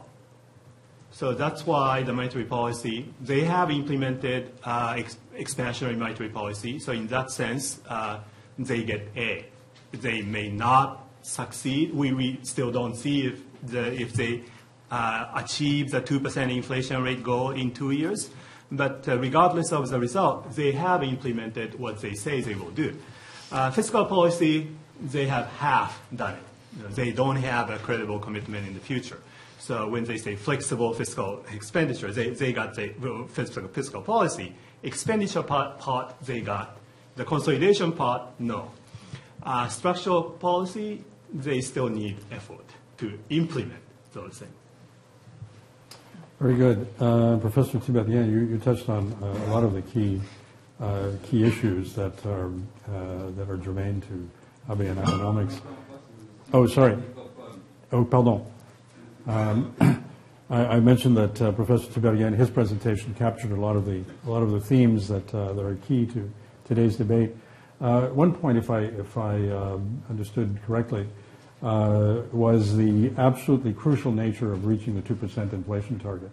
And you had the good chance of speaking to Bank of Japan, Kuroda, and others. What do you think, how sustainable is Kuroda's and the pension plans quantitative easing? And I don't want to, I'm not a macroeconomist, so I want to get into a macroeconomic debate. But what other tools do you think they have in their chest if 6 months from now we're still at about 1% inflation? What will they look to the government to do in terms of other steps to so that the reliance on monetary policy is shared perhaps more broadly, maybe pressuring for a better fiscal package, and so on and so forth?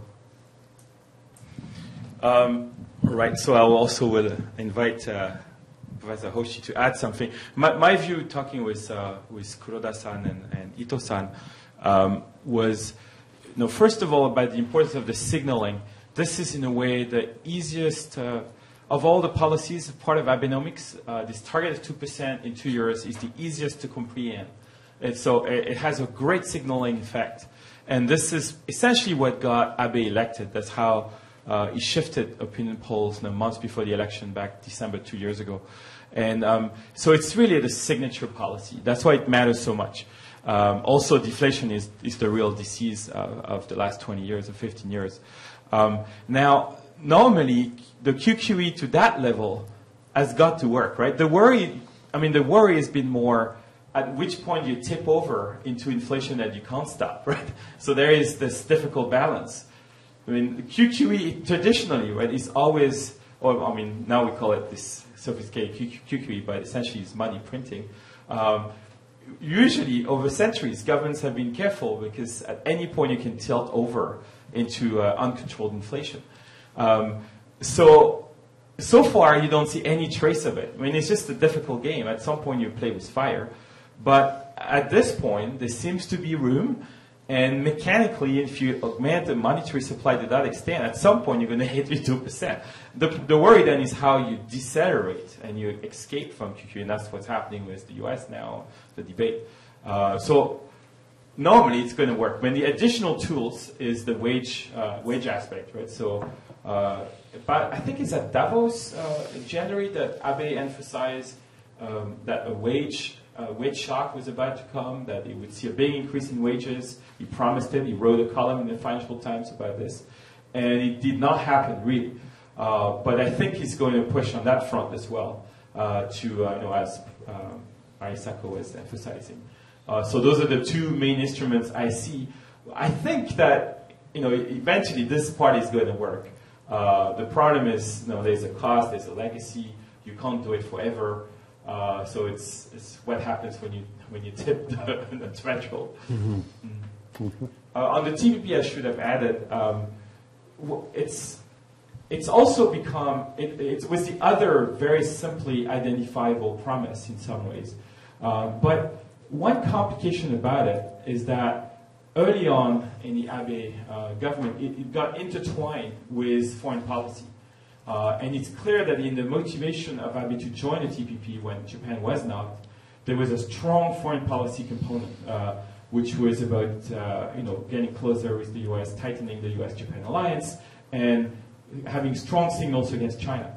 when I talk to insiders back, in government in Japan, I often had laughter when I would say, well, look, in terms of trade, you have much more to gain from the trilateral FTA with Korea and China than in the TPP. That's not where you're going to have the biggest increase in trade. And they would laugh and they said, you forgot that trade is a foreign policy tool. And that in a way we are in an age where we have rediscovered, a bit like 19th century, that trade is part of foreign policy. But that in turn, this is part of why Abe valued it so much and he got support within the LDP. But this in turn has decreased a bit. The value of that TPP as a foreign policy tool has decreased a bit as there seemed to be a bit of a dance between the US and China around the TPP to close that tension between the US and China. And then that lowers the readiness of making big big commitments on the Japanese side.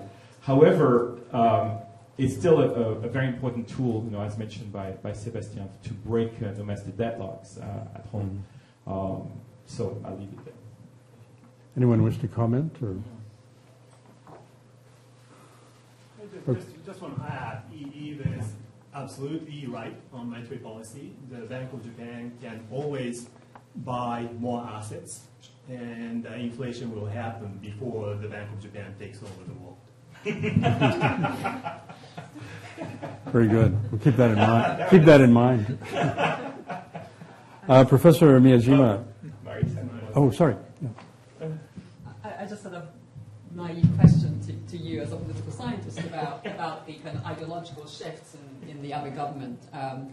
There's been sort of decades of neoliberal policies, and I just wondered to what extent Abe's sets of policies are indicative of kind of post-neoliberal ideology, as well as the kind of power balance between different political lobbies, including management versus labor. Do you see that this is just a continuation, or do you see a shift in the other ideological underpinnings around the policies that they're implementing, particularly on the third hour? I know that I will have something to say on this. My observation so far, talking with people in different ministries, has been I don't see the same ideological commitment that was particularly present on the Koizumi. You don't have a Takenaka Heizo floating around now. It's less of that core commitment that Dora was writing about that was ideological and it was ideational. Abe and the people around him are very pragmatic. It's how you get growth going and how you rebuild power. It's in a way Fukoku Kyohei, right? It's very pragmatic. It's rooted and I could trace it back to Meiji and and Choshu and Yamaguchi-ken, which is where Abe comes from, right? So that's how I see it, not ideological. Very good. Oh, sorry. All right. Before I hand this to Sébastien, I want to say I agree with you. Abe may have an ideological bias or direction in political area, but not in economic policy. I think that all he wants is to keep the economic conditions very well so that he can pursue non-economic goals. Yeah, so again, I just confirm, I think this point. So pragmatism in the field of economics, and there is a little irony that Prime Minister Abe, who is not known as a great economist or even very much interested by economics, gave his name to a political economic policy strategy, and to me, we should evaluate. So we can, of course, discuss about the evaluation of Abenomics in terms of economic policy, but clearly the goals are somewhere else. So answer to the question is, if there is ideology of Abe, it's in different dimensions than neoliberalism or post-neoliberalism. It's, rather in nationalism. Yes, go ahead. And as a fellow political scientist, I'd also say, part of, say, the Aso Taro 2007, his mantra was to undo the damage created by the Koizumi reforms. And so things like deregulating labor markets more and whatnot, he wanted to act, his whole platform in a way was to pull back on some of that. So this ideology wasn't sort of a straight line. And then the DPJ came along, and they were espousing greater. So in a way, it's even if it's not an economic ideology based, as Takeo is saying, this sort of move back to ideas from the Koizumi era, sort of bring it back to that kind of thing where it had departed before. So that might be my view on that. Very good. Professor Miyajima, you spoke about corporate governance and the growth strategy. If the stewardship fiduciary code and the code of conduct for corporate governance came into effect, how would all of these governance changes assist in strengthening Japanese growth, strengthening the Japanese economy? Right. Several things. First thing is the stewardship code is related to the strengthening of monitoring among institutional shareholder to Japanese firm. And this would be a right direction because the in spite of increasing institutional shareholder, still the monitoring of institutional shareholder to firm is weak. So that government or some public relation encourage them to monitor to client firm or listed firm is a good direction. However, it will take a long time, so we cannot expect a short-term result from this institutional change. And the other thing, which is in main topic in corporate governance in Japan, is introducing outside director or independent outside director through the amendment of company law or ongoing the debate discussion on Japanese version of a corporate governance code. And the main idea is let's introduce independent director to Japanese firm and strengthening governance, corporate governance in Japan. But again, it's not so clear that having independent director necessarily enhance the corporate performances and encourage resource allocation or allocative efficiency of Japanese economy, but it would be a good direction. Then the problem is the Japanese firm is right now diversified into several types, and some of the old type of firm is delay or behind to introduce independent outside director, and there is some scarce human resource problem in Japan, so that how to cope with this problem technically is a next step problem. Very good, thank you.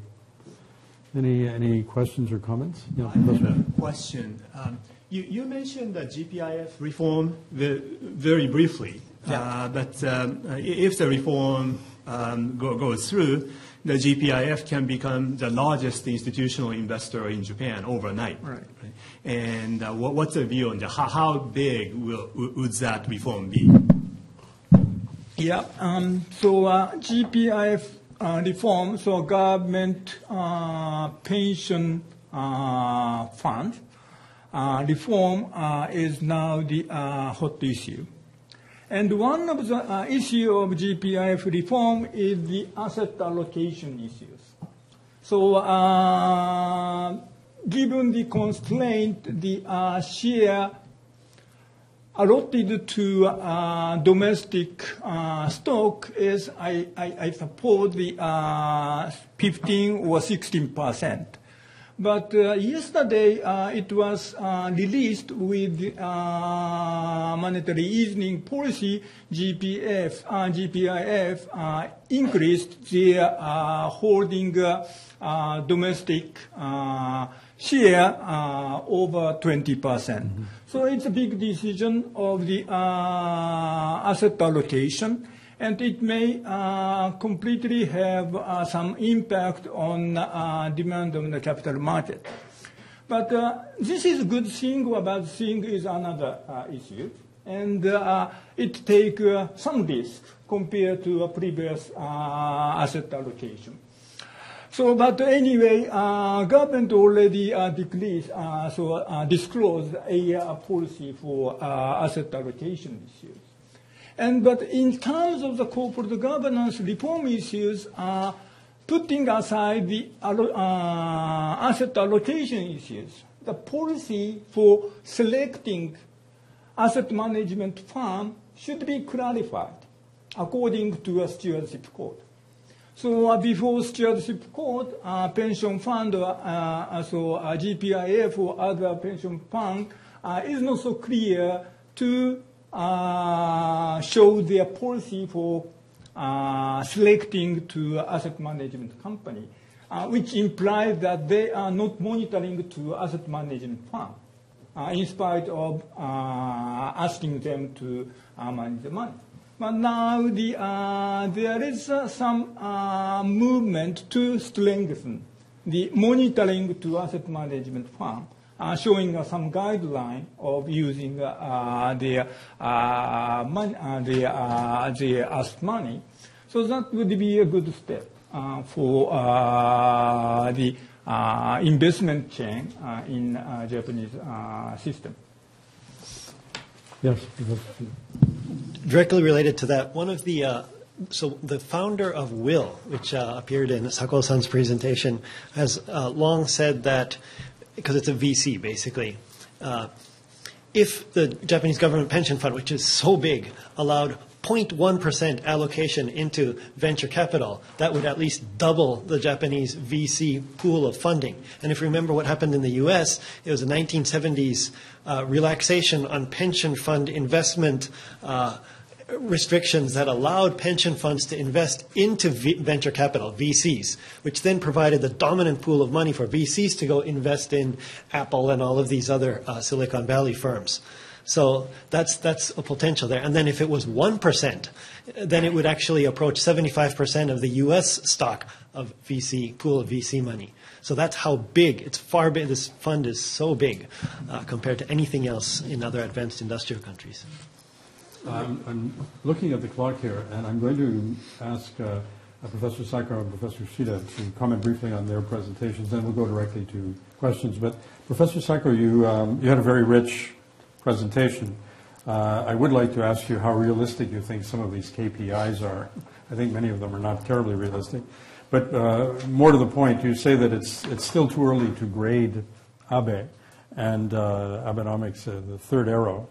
You also said that raising the participation of women in the economy is, I think you said, most interesting. So I guess my question is, where is this going?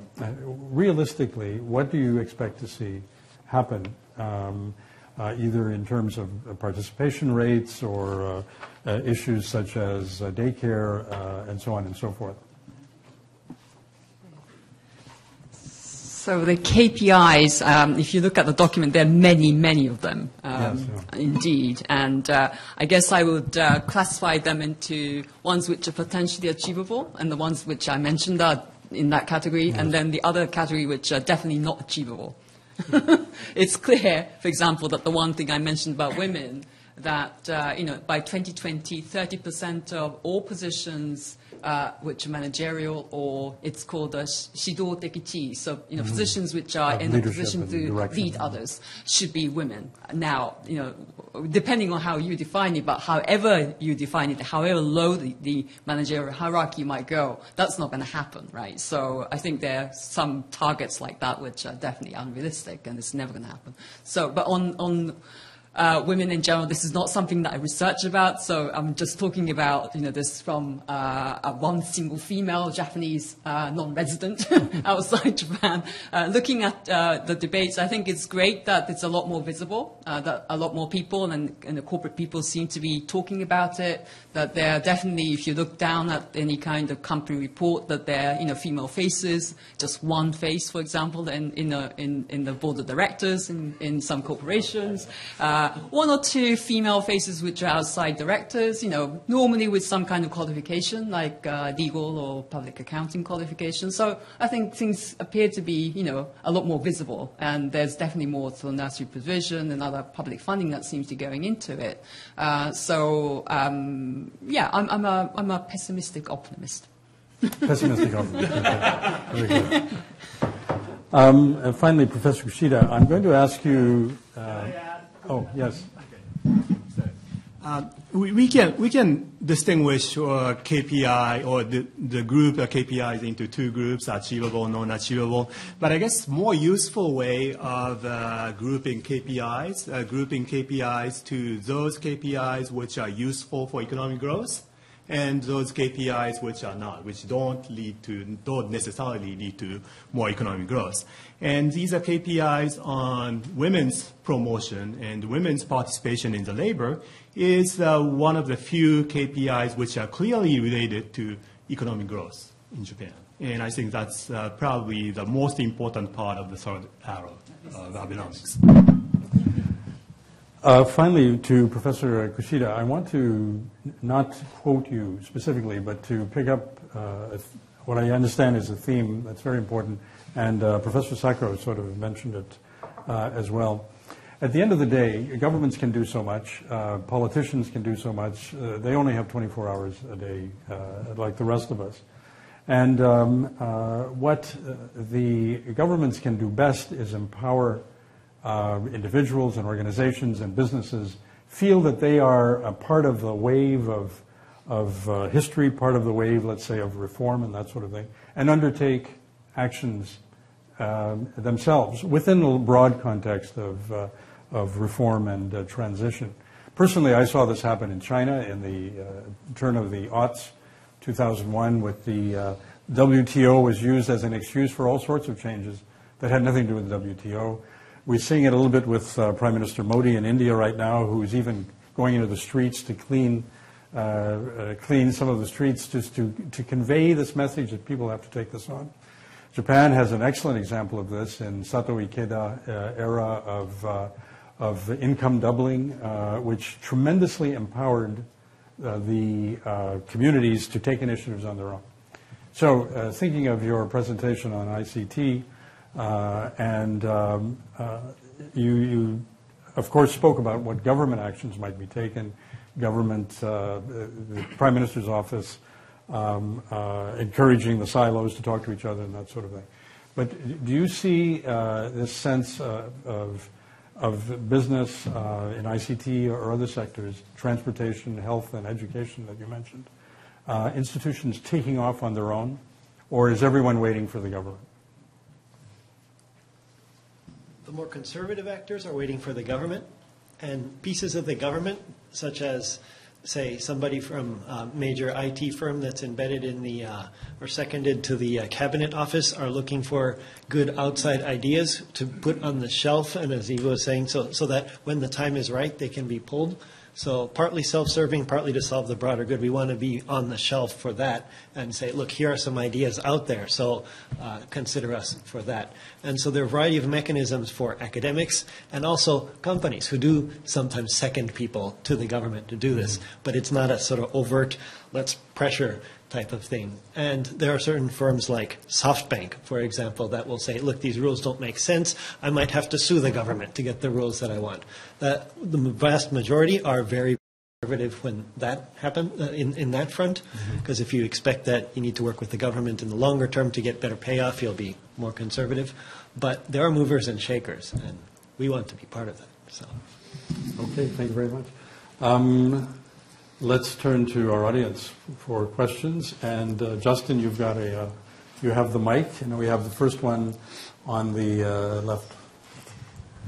Okay, I'm Robert Saint-Jacques. I have two short questions, one to Miyajima Sensei and one to Professor Lechevalier. Miyajima Sensei, you mentioned that you gave statistics that Japan had far less shareholders than the US, UK, and so on. Is there an evidence that one is better than the other? To have more foreign shareholders is better than less? So I do not have any intention to say that which one is better. So, so in terms of welfare sense, there must be no preference between outsider-dominated structure and insider-dominated structure. So, for example, the German case I showed still, in spite of increasing the foreign institutional investor, still the insider is dominated, and it shows some high competitive edge. And looking at the US or UK, almost 1 century, these two countries is outsider-dominated ownership structure, although the majority of outsider moved from individual to institutional investors. Okay. You also gave statistics, I think, from The Economist. The 70% of the Japanese companies were listed in the 600 top companies in the world. You did not mention anything about China. I know China, many of the big companies are owned by the government. But is there no private company which is listed in the 600? I would say so far listed firm in China, 60 or 70% of listed firm of China is state-owned. By the definition of the states-owned over 50%, so majority. But the rest of the stock was already listed in Shanghai or Shenzhen Stock Exchange, and there is a very strong secondary market. Dr. Lechevalier, you mentioned that you know the positive result of globalization and the negative aspect of globalization for the Japanese economy. Will you be more precise about this? What do you mean? The positive, the profits of globalization for the Japanese economy and the negative effects? I think it's for... You just mentioned that somewhere. Yes. He wants to answer. We'll talk about it over dinner. Thank you very much for your question. Clearly, I was not specific enough. So I will give just two simple examples. So positive contribution of globalization to the Japanese economy.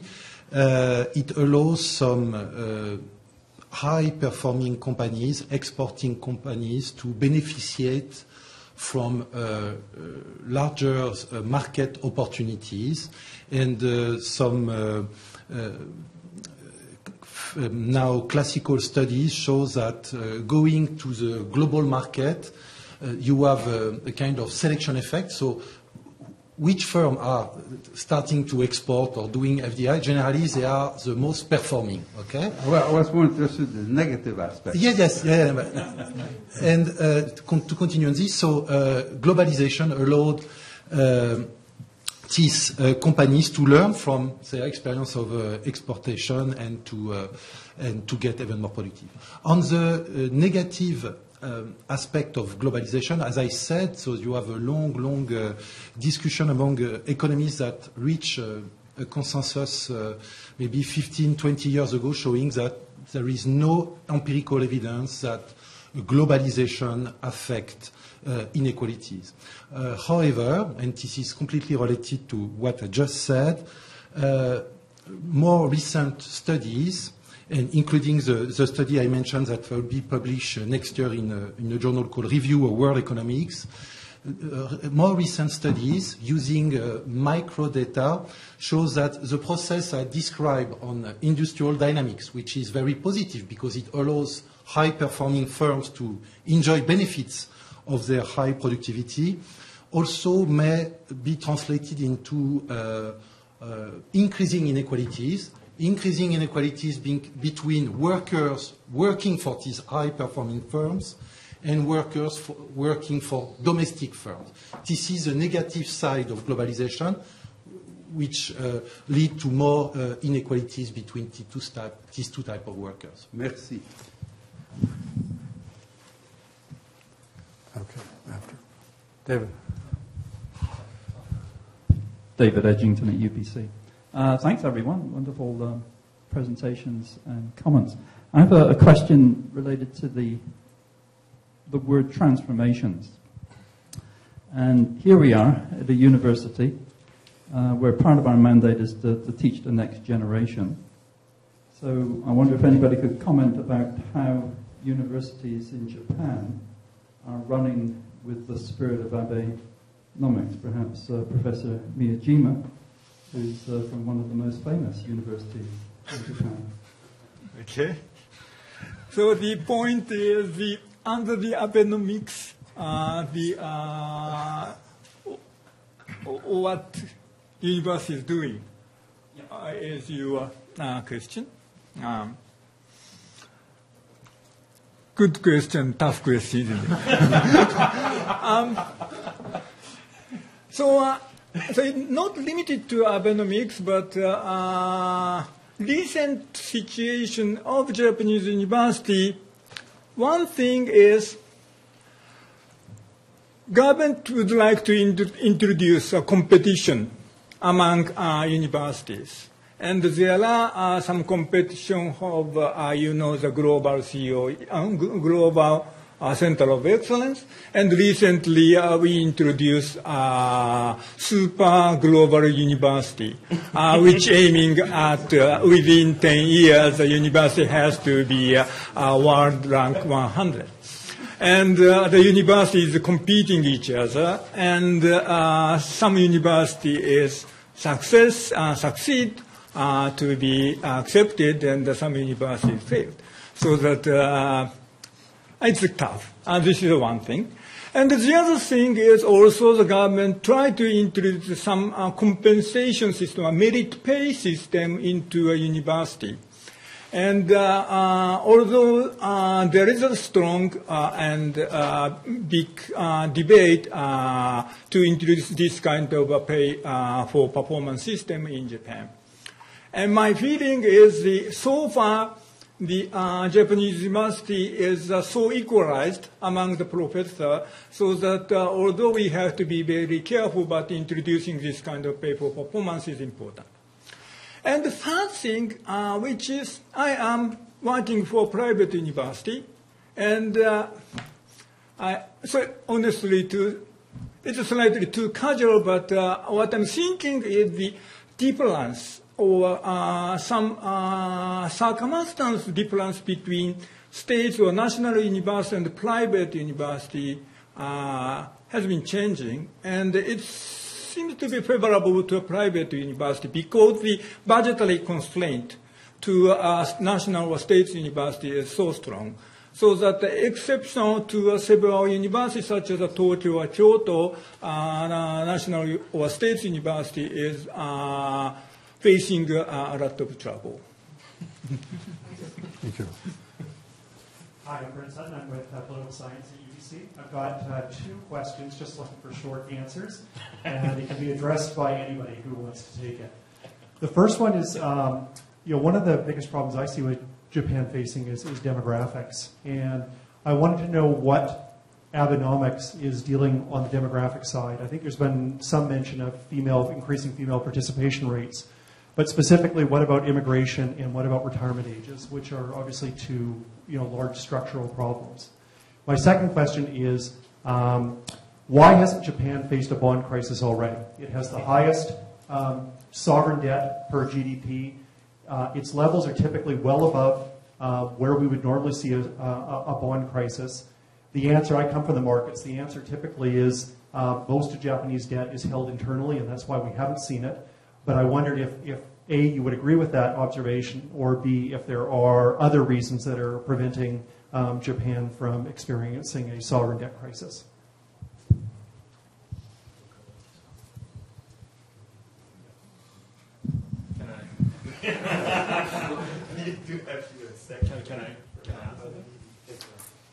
Yes, yes, of course. Yes, sorry.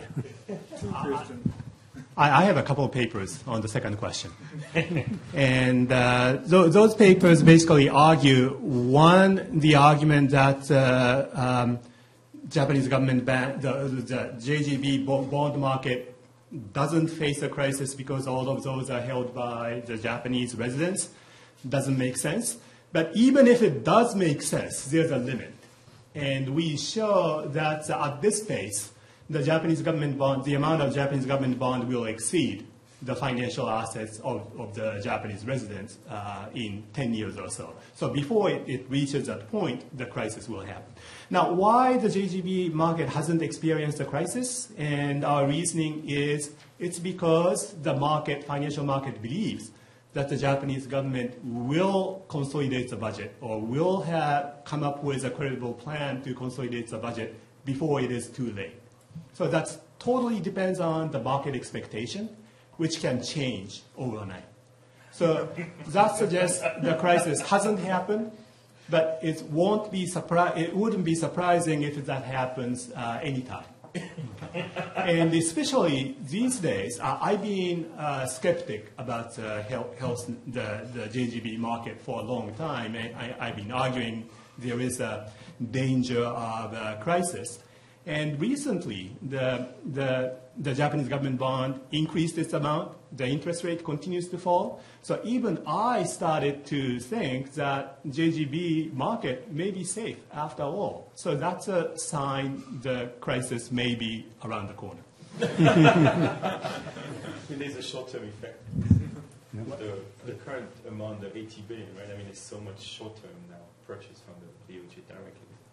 In the short term, it's safe, right? The issue of JGB is a long term. Right. And that can result in the short-term crisis. On demographics? On demographic? No, well, perhaps... Okay. Please, and I will add something. Well, let's start with Kenji. So I would say that maybe two points. So first, Abenomics is a big joke. Again, Prime Minister Abe was not famous as a great economist, but nonetheless he has been very well advised to introduce this economic strategy. He was not known also as a feminist, and as far as I understood in reading some of his books on discourses, and apparently he's sincere in his introducing this policy, but it's clearly not appropriate political answer to the situations faced by women and generally speaking by Japanese citizens in their difficulty to combine working life and private life. Plus, you mentioned other solutions than dealing with this problem of balance between work and family. And again, is full of surprise. So who knows? We may a new strategy may appear, but he's maybe not the right person to decide the new immigration policy. Apparently, maybe we need some insight from other politicians than Prime Minister Abe. Okay. I have to disagree with that. So for promotion of women. If you look at the cross-country studies, there is a correlation between among advanced economies, the participation rate of women and the fertility rate. So this is not a causality, I believe, but it suggests the country which tends to promote women better tends to have environment to facilitate or increase the fertility rate as well. So I don't think this is a causality, but there is a correlation.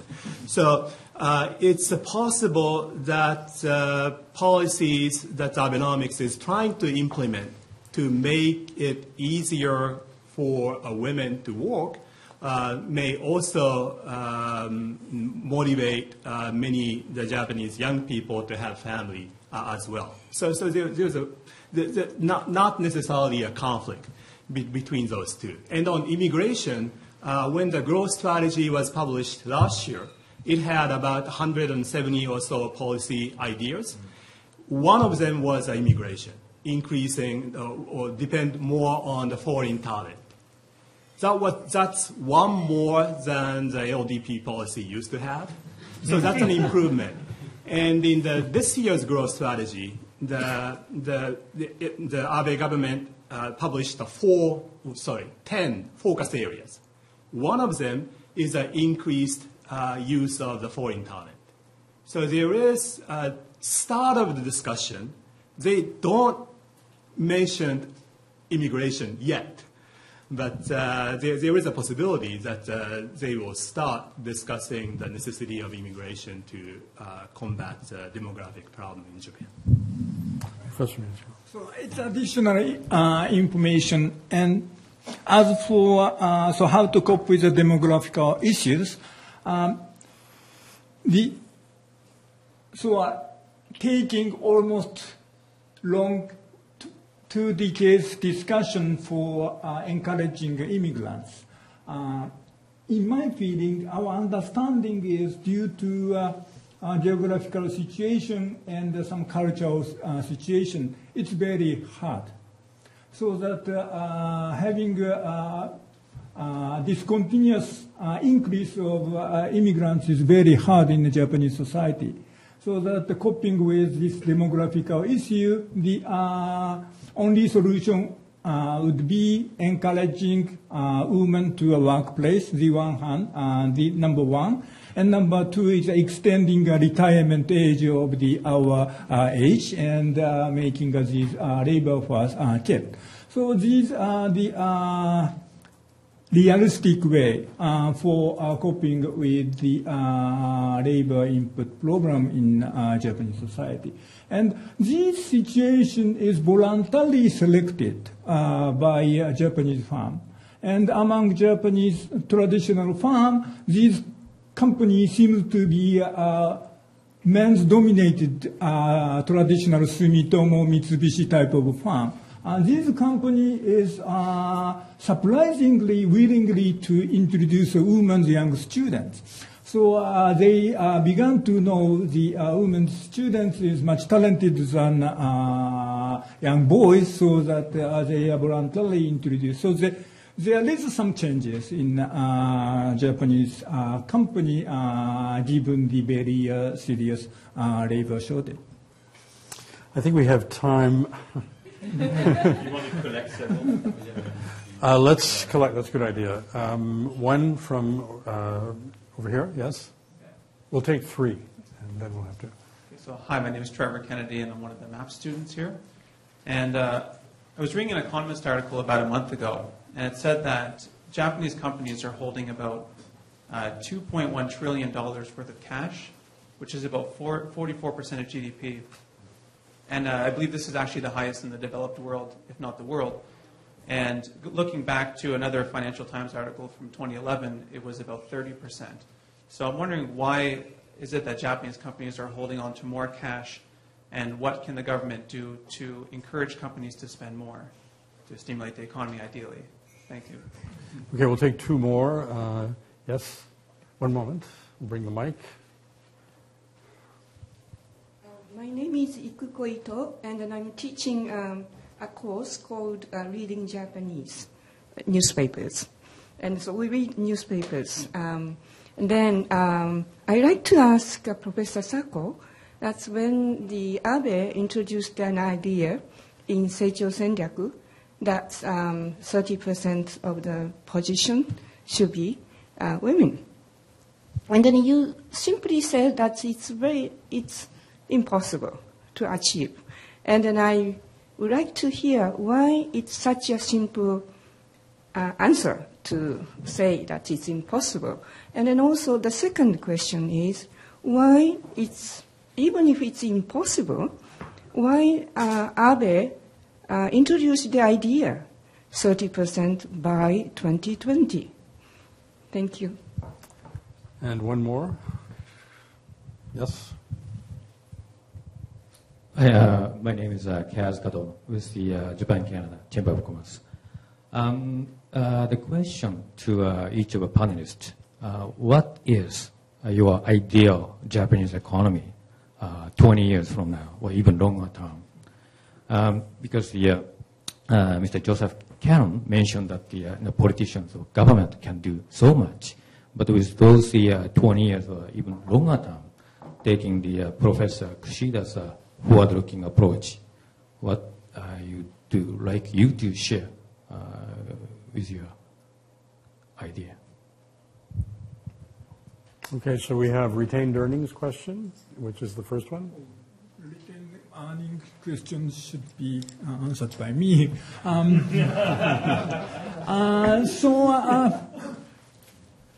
So the simple answer is the Japanese companies' corporate governance is weak. So the retained earning, some part should be delivered to shareholders if the company did not have any business chance. And this argument is partly true for Japanese firm. And another reason is the holding money or cash within firm is a kind of the insurance for something happened. And in this context, the former mechanism of the insurance system, such as the main bank or cross-shareholding, has already gone, so that the company is likely to hold their cash, preparing for something happened or external shock. That's another explanation. Okay. Very good. And the second was with respect to participation rates of women in executive positions. Let me just see who might answer that one. Well, I think it was addressed at me since I brought up the issue. So I think I don't claim to know the details of how this target came about, but in terms of formal law, what happens is that given the equal opportunity law, you do have to clarify the nature of how you're going to implement. And I think the 30% target is likely to have come up not by Prime Minister Abe himself, but by a committee that deliberated on the exact targets. So that's how it came about.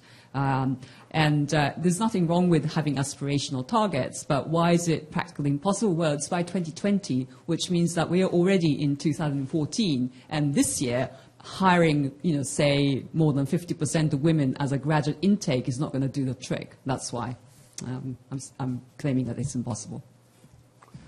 And for the third question, who is the futurist among the six? I'm not a futurist, but I can get my answer. That 20 years from now or 10 years from now, or either way, the Japanese economy will be an advanced economy, which depends on whose growth mostly comes from the productivity growth. And Japan had trouble switching from catching up economy to matured economy, which depends on innovations. But in 20 years, 10 years or 20 years, I hope the Japanese economy will finally complete that transition and become one of the best growing advanced economies. As I said, I'm a cheerleader for Japan. And just one thing about corporate cash, that what the policymakers can do to change that, stop deflation. Well, this has been a very, very rich. Oh, do you want to add something? You should ask Sébastien as well. He's going to say something else. I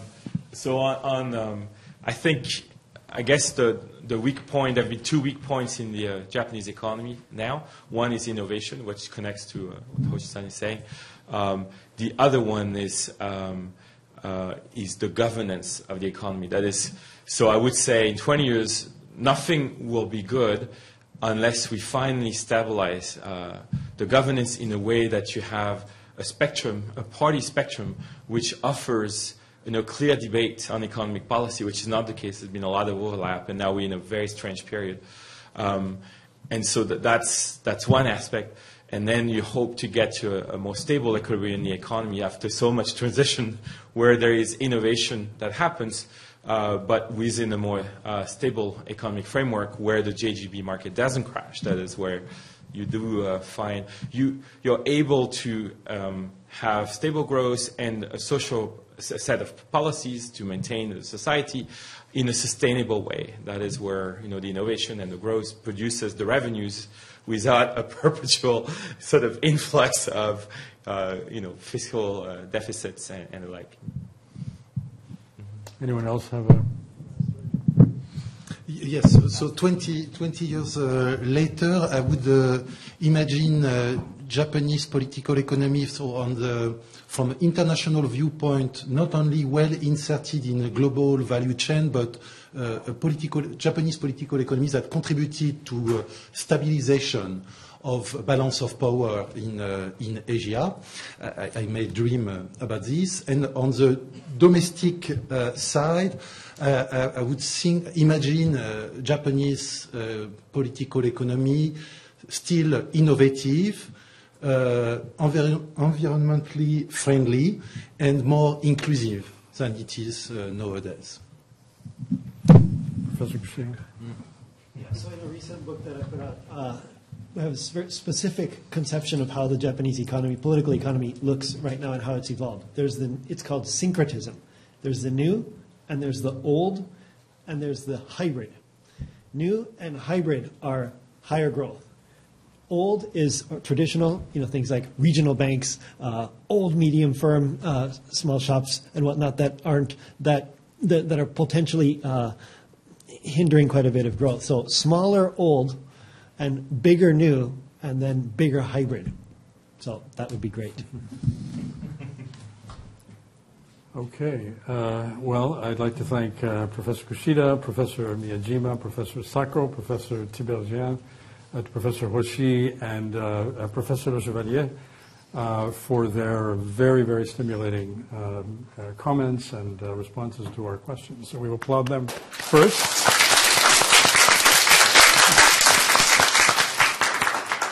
And then we applaud as well everyone who took the time to be here this afternoon and stayed throughout a very, very stimulating session. I'm sure you're all carrying away many ideas. Thank you very much to you.